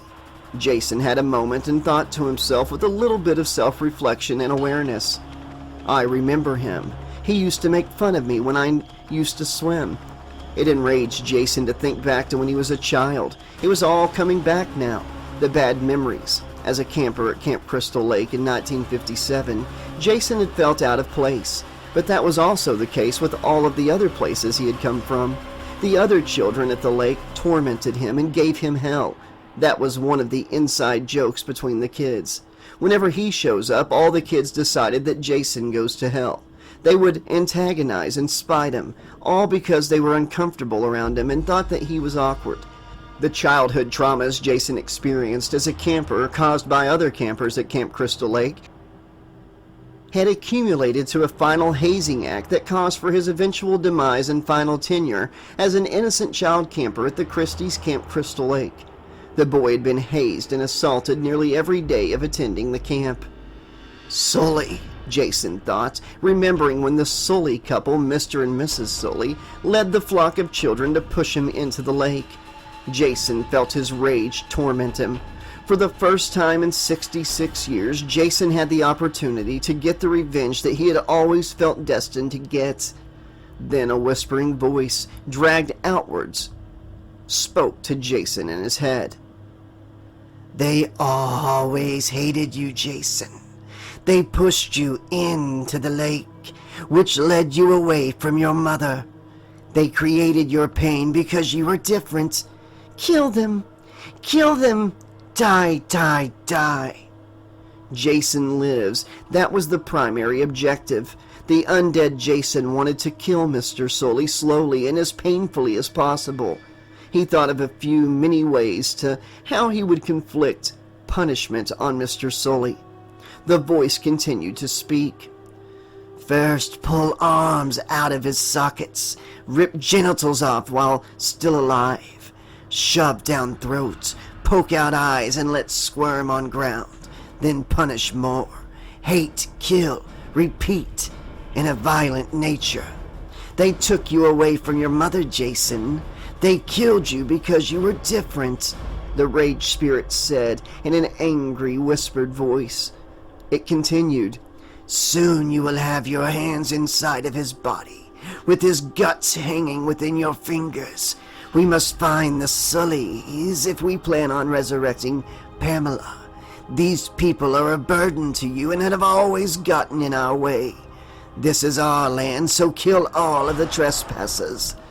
Since 1993, when Jason's body was completely destroyed the first time, the summoning of the rage spirits from the curse of the Jersey Devil had ingrained their intentions within the dark chosen one, the divine psychopath, Jason Voorhees.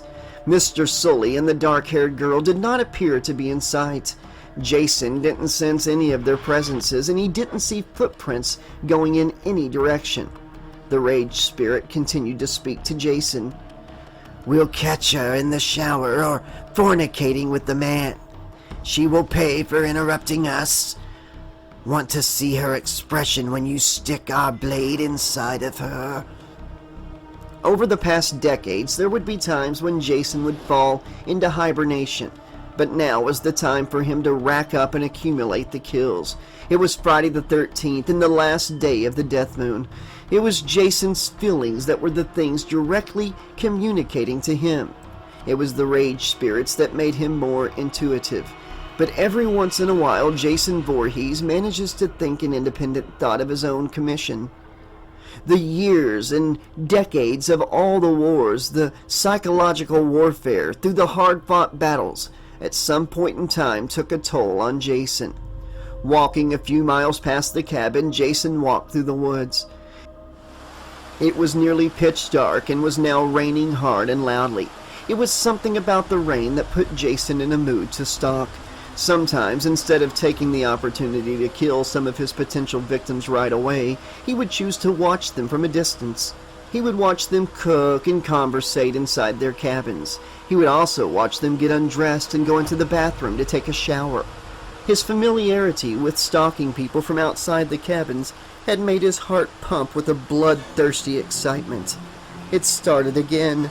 Meta Jason's heart started beating excessively. Every moment that went past, his bloodlust and rage would increase intensely. Walking in the direction where he felt the energy about a quarter of a mile out, Jason saw a body, a person that appeared to be alone. It was Michaela, the Australian girl, Fiona's girlfriend.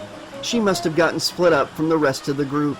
She was drenched in rain and shaking from the level of coldness. The rain now came down harder. The hard rain made it difficult to see what was around. Not seeing Jason from a distance, Michaela started to look around the environment in a 360 motion. Michaela mumbled to herself, "No, what the fuck is going on here? I am too smart and too much of a boss bitch to be in such a low-value situation. These fucking Americans are psycho, and it's bad enough that I have to deal with this fucking incels on campus. But not this. God, I fucking hate men." Her frustration grew. It reminded her of the times on campus when guys would walk up to her to get her phone number. She would play along with them for a few minutes. She liked leading guys on so that she could later turn them down. She's what you would consider to be a misandrist, a man-hating, independent, radical feminist who got off on shutting men down. She used to go to nightclubs on girls' nights out and would dress up real sexy for the guys. Though she was a lesbian, she still wanted male attention. She even had an online account where she would make money off of lonely single guys who were willing to pay money to see her naked body parts. She would charge her fans through a monthly subscription, $30 for Michaela's Jungle from Down Under fan subscription. There was even a time where she made $700 from sending 25 pictures of different angles of her feet. She thought that most guys were weird and disgusting, but that didn't discourage her from making money off of them. Breaking her concentration, she heard a loud branch snap. Reacting frantically, Michaela thought, "No, not that fucking bear again." But it was Jason trying to entice fear in her, standing about 50 feet away in the heavy rain, behind Michaela. Meta Jason anticipated her reactions. Jason always studied his potential victims' reactions, just like back in 2009 when he had been hunting that group of teenagers who were hiding in a cabin. He always remembered his victims, that names began with the letter J just like his name. When he plunged his blade through her petite torso, he had felt the life ooze out of little Jenna's body. It was a satisfying kill. He also remembered 2 teens he killed back in 1989. JJ didn't put up much of a fight, but that annoying little bastard Julius put up too much of a fight. The kid somehow gained a bit of a respect from Jason by trying to go toe-to-toe with him on a Manhattan rooftop. Off with his head went Julius. It took Jason only 1 strike to send the boxer to the afterlife. Next, the whispering rage spirit spoke again. There she is. Kill her! Kill her! Die, die, die! Loud footsteps came from behind Michaela. She had a sense that something dangerous was out there. She grabbed a somewhat solid broken branch off the ground as a defensive weapon. Then she just waited there in place. She didn't hear any more footsteps.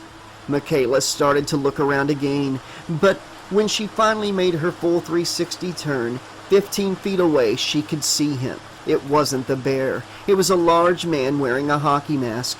She jumped back in a frenzy. While running away with the broken branch in her hand, she didn't bother to look back and ran in the opposite direction of the masked killer. Meta Jason just stood where he was.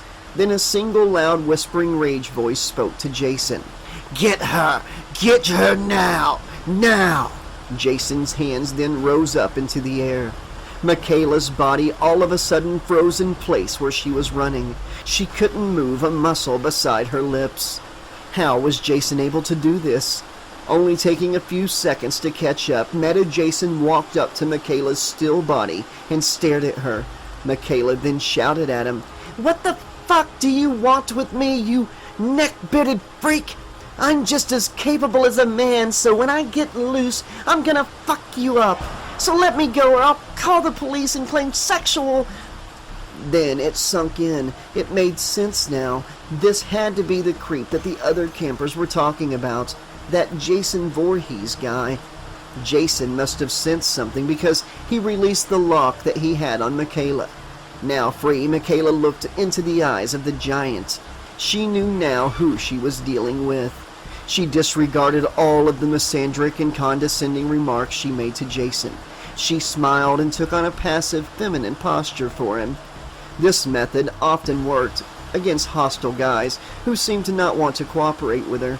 The strategy was called sexual defense. It was a method designed to desensitize the male at hand, sexually but accordingly. She did her best sexy pose to see what Jason's reaction would be. Jason held his hand out. It appeared to Michaela that her strategy was working. She thought, this big dumb alpha male fuck.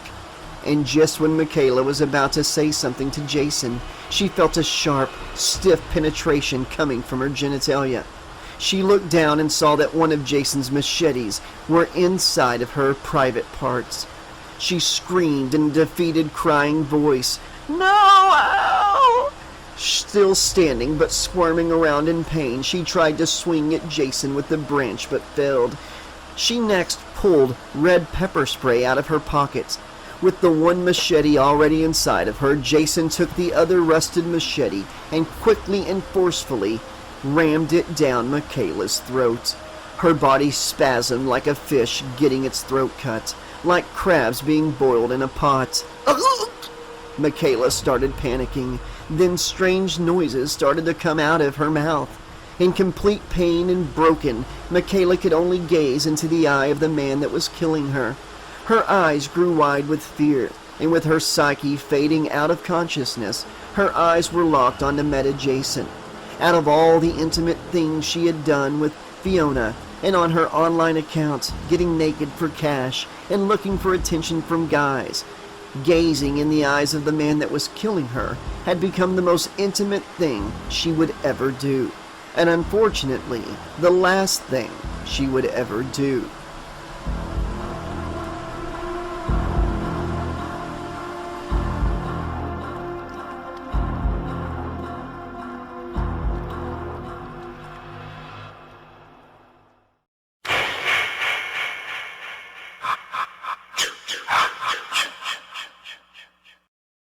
Jason waited for her body to stop the spasms. He was killing her slowly.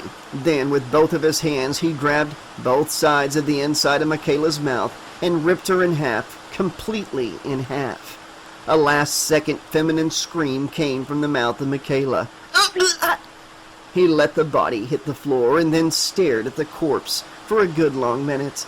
The plethora of rage spirits with whispering voices began to speak about the corpse. Yes, yes, we like what we see. Then a whispering single rage spirit spoke. We have more killing to do. We are not finished yet.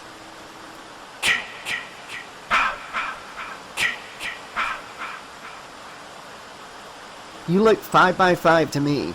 You're pretty quick for an old geezer. And what's the deal with that big guy? Why is he trying to kill you? Mr. Sully answered Faith. That's Jason Vorhees. That's what he does. Kills people. It's kind of my fault because I didn't want to believe the myth, but I knew him as a kid. Faith then asked, What do you mean it's kind of your fault? Mr. Sully took a deep breath. I used to attend Camp Crystal Lake back in the 50s. I knew Jason as a kid. I was his bully. I was a stupid kid, an idiot back then. Now he wants to rip my guts out, Mr. Sully said with sadness. Faith then replied, Bullying is not cool, man. People would try to bully me in high school, but I would set them straight. I wasn't going to take shit from vamps. So I definitely wasn't going to let humans bully me. People can be harsh. Ironically, the closest person I have ever been connected to was my old father figure. He was also a mayor. He ended up being a giant praying mantis, but I still loved him. I heard a rumor that this Jason guy is a mama's boy. A townie told me that on my way here. Maybe we have something in common. Though he's more Oedipus complex, where I'm more Electra complex. I did some reading in prison. Abnormal psychology. I dropped out of high school in 11th grade, so I had to eventually compensate. I like it. That's besides the point. You're here for me, right? Or do you want to share sentiments with the maniac? Faith cut him off. Angel and Spike sent me here because that Jason guy is actually one of the valued accounts for the evil law firm Wolf, Ram, and Hart. These people are dangerous. They manipulate people's realities, orchestrate and social engineer societies, and use the bad types of black magic to get what they want. Damn, if Willow was here, things would be less difficult, Mr. Sully inquired. Who's Angel, Spike, and Willow? A loud boom came from about 2 miles southeast from them, a little over 3 clicks. Faith and Mr. Sully hid behind a tree within the deep woods. A voice came out of nowhere. It was Marcus. Faith reacted and spoke. Hey, babe, took you long enough. Are you ready to give these freaks some, Marcus nodded his head in agreement and said, I'm glad that you're here, Faith. So, should we get started? Faith replied. Did you bring the book? Marcus replied. Yes, I have it. Do you have the Kandorian dagger, Faith? She replied with enthusiasm. Yes, Marcus continued. I feel him. He's close by. I can't quite sense it, but I don't think Jason's alone. Mr. Sully asked Marcus. Where do you fit into all this? Marcus replied. I don't have the time to explain the whole thing, but my uncle knew Jason and his mother back in the day. In fact, my family, the Dukes, first met the Vorhees family back in the mid-1800s. During the time of antebellum slavery, my ancestors had been a runaway slave and a freedom fighter. They were masters of the spiritual system called conjure. Long story short, New Jersey was the last state in the North to abolish slavery. But the Vorhees family helped our family out by hiding us from oppressive slave catchers within the state. There had already been rebellions and uprisings in the South, but for those who traveled alone like Jasper Duke, he had to rely on shape-shifting. He went on to teach that specific shape-shifting technique to the Vorhees family. Ironic that some of the Vorhees family turned out to be such tyrants to Wessex County, New Jersey. Marcus continued. I've been doing research my whole life, and I've discovered a mystery about the Vorhees family. Elias Vorhees has always been regarded as Jason's father. Elias had a twin brother, Jeb Vorhees. Elias was a Mennonite, while Jeb was a straight-up occultist. Jeb would often do work with his brother-in-law, Louis Vendretti, and learned how to do certain magical spells in the process. Jeb could shapeshift into animals and humans, but he learned how to shapeshift from a particular conjure practitioner of my family. It is one of his special dark powers, but he could only shapeshift into beings who were already dead or ones he had a close relationship with. The truth is that Jeb is Jason's father, not Elias.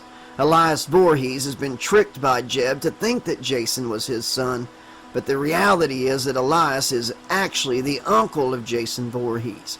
It was Jeb who shapeshifted into Elias in order to deceive and impregnate Pamela Voorhees with his seed. Louis was aware of this deception and kept it a secret from Pamela. You see, Jason's curse is a lot more complex than that which relates to the Necronomicon. The Necronomicon curse is broken, but not the curse of the Jersey Devil. This is also the reason of why Jason never accommodated Elias as his father. Jason Voorhees was set up for failure from his inception. He was made to be a monster. He had no control over his situation. This is why the Duke family is involved with the Vorhees family. They helped us, the Dukes, during the Second American Industrial Revolution, so we want to pay our tributes with uplifting their curse. My ancestor, Jasper Duke, first met the Vorhees family in the Pine Barrens here in New Jersey. The curse started there and expanded to Crystal Lake. There were speculations that Jeb Voorhees had always been around to watch his son in action. From when he was first pushed into the lake back in '57 to when he fought Tina Shepard back in '88. He's always been around shape-shifting into small animals and antagonizing negative situations that would result in bloodshed. One more thing, I suspect that there could be two Jasons. Don't ask me how I know, because that's another story that involves Stephen and Mallory. What I do know is that there's a Jason who is composed of the blown-up pieces that the FBI took into custody back in '97. And we think the original Jason, who was resurrected, had everything to do with it. What? This is crazy! We're all doomed!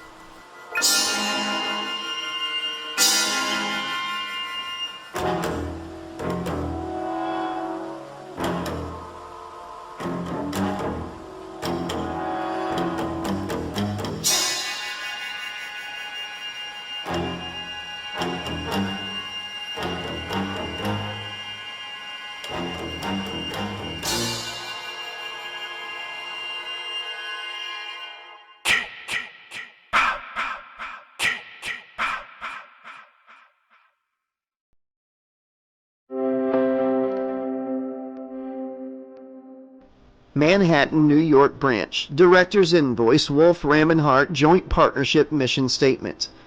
Here at Wolf Ram & Hart, we have a dedicated team that works every hour of the day to keep our clients satisfied.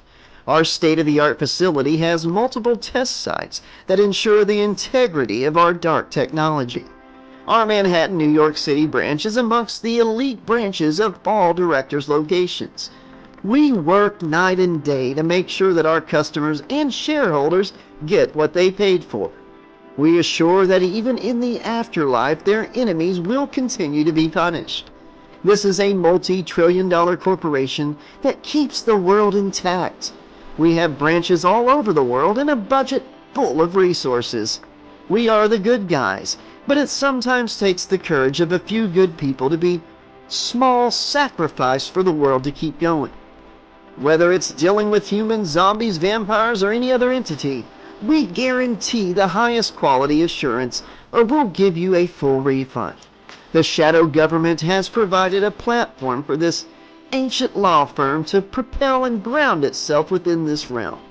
At Wolf Ram & Hart, we give back to the community by us being the face of philanthropy within the great county of Wessex.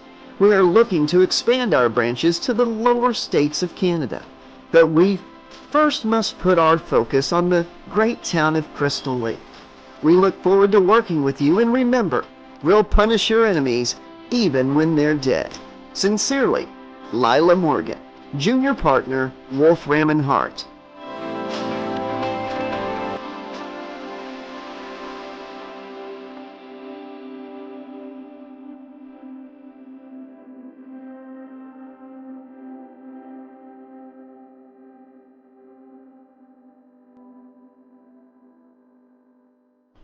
End of Act 1. To be continued. Okay, Slashaholics, this has been Chapter 9 and the end of Act 1 of Friday the 13th, Curse of the Jersey Devil by Rashad A. Moore. Hope you all enjoyed this book so far. This is going to be it for a bit. Rashad said if there's enough interest, he will write the second act. And once he writes the second act, of course, I'll narrate it here on the channel. But yeah, this was a great end of Act 1. Had a lot of fun in this one. I love the mafia type guy. It was cool to see Marcus show up. We got some more tie-ins to other shows and movies. See if you can pick them all out and put them in the comments section below. We also got a lot of nods to other books and movies in the Friday the 13th series. Quite a bit of them, actually. Again, if you can pick them all out, put them in the comments section below.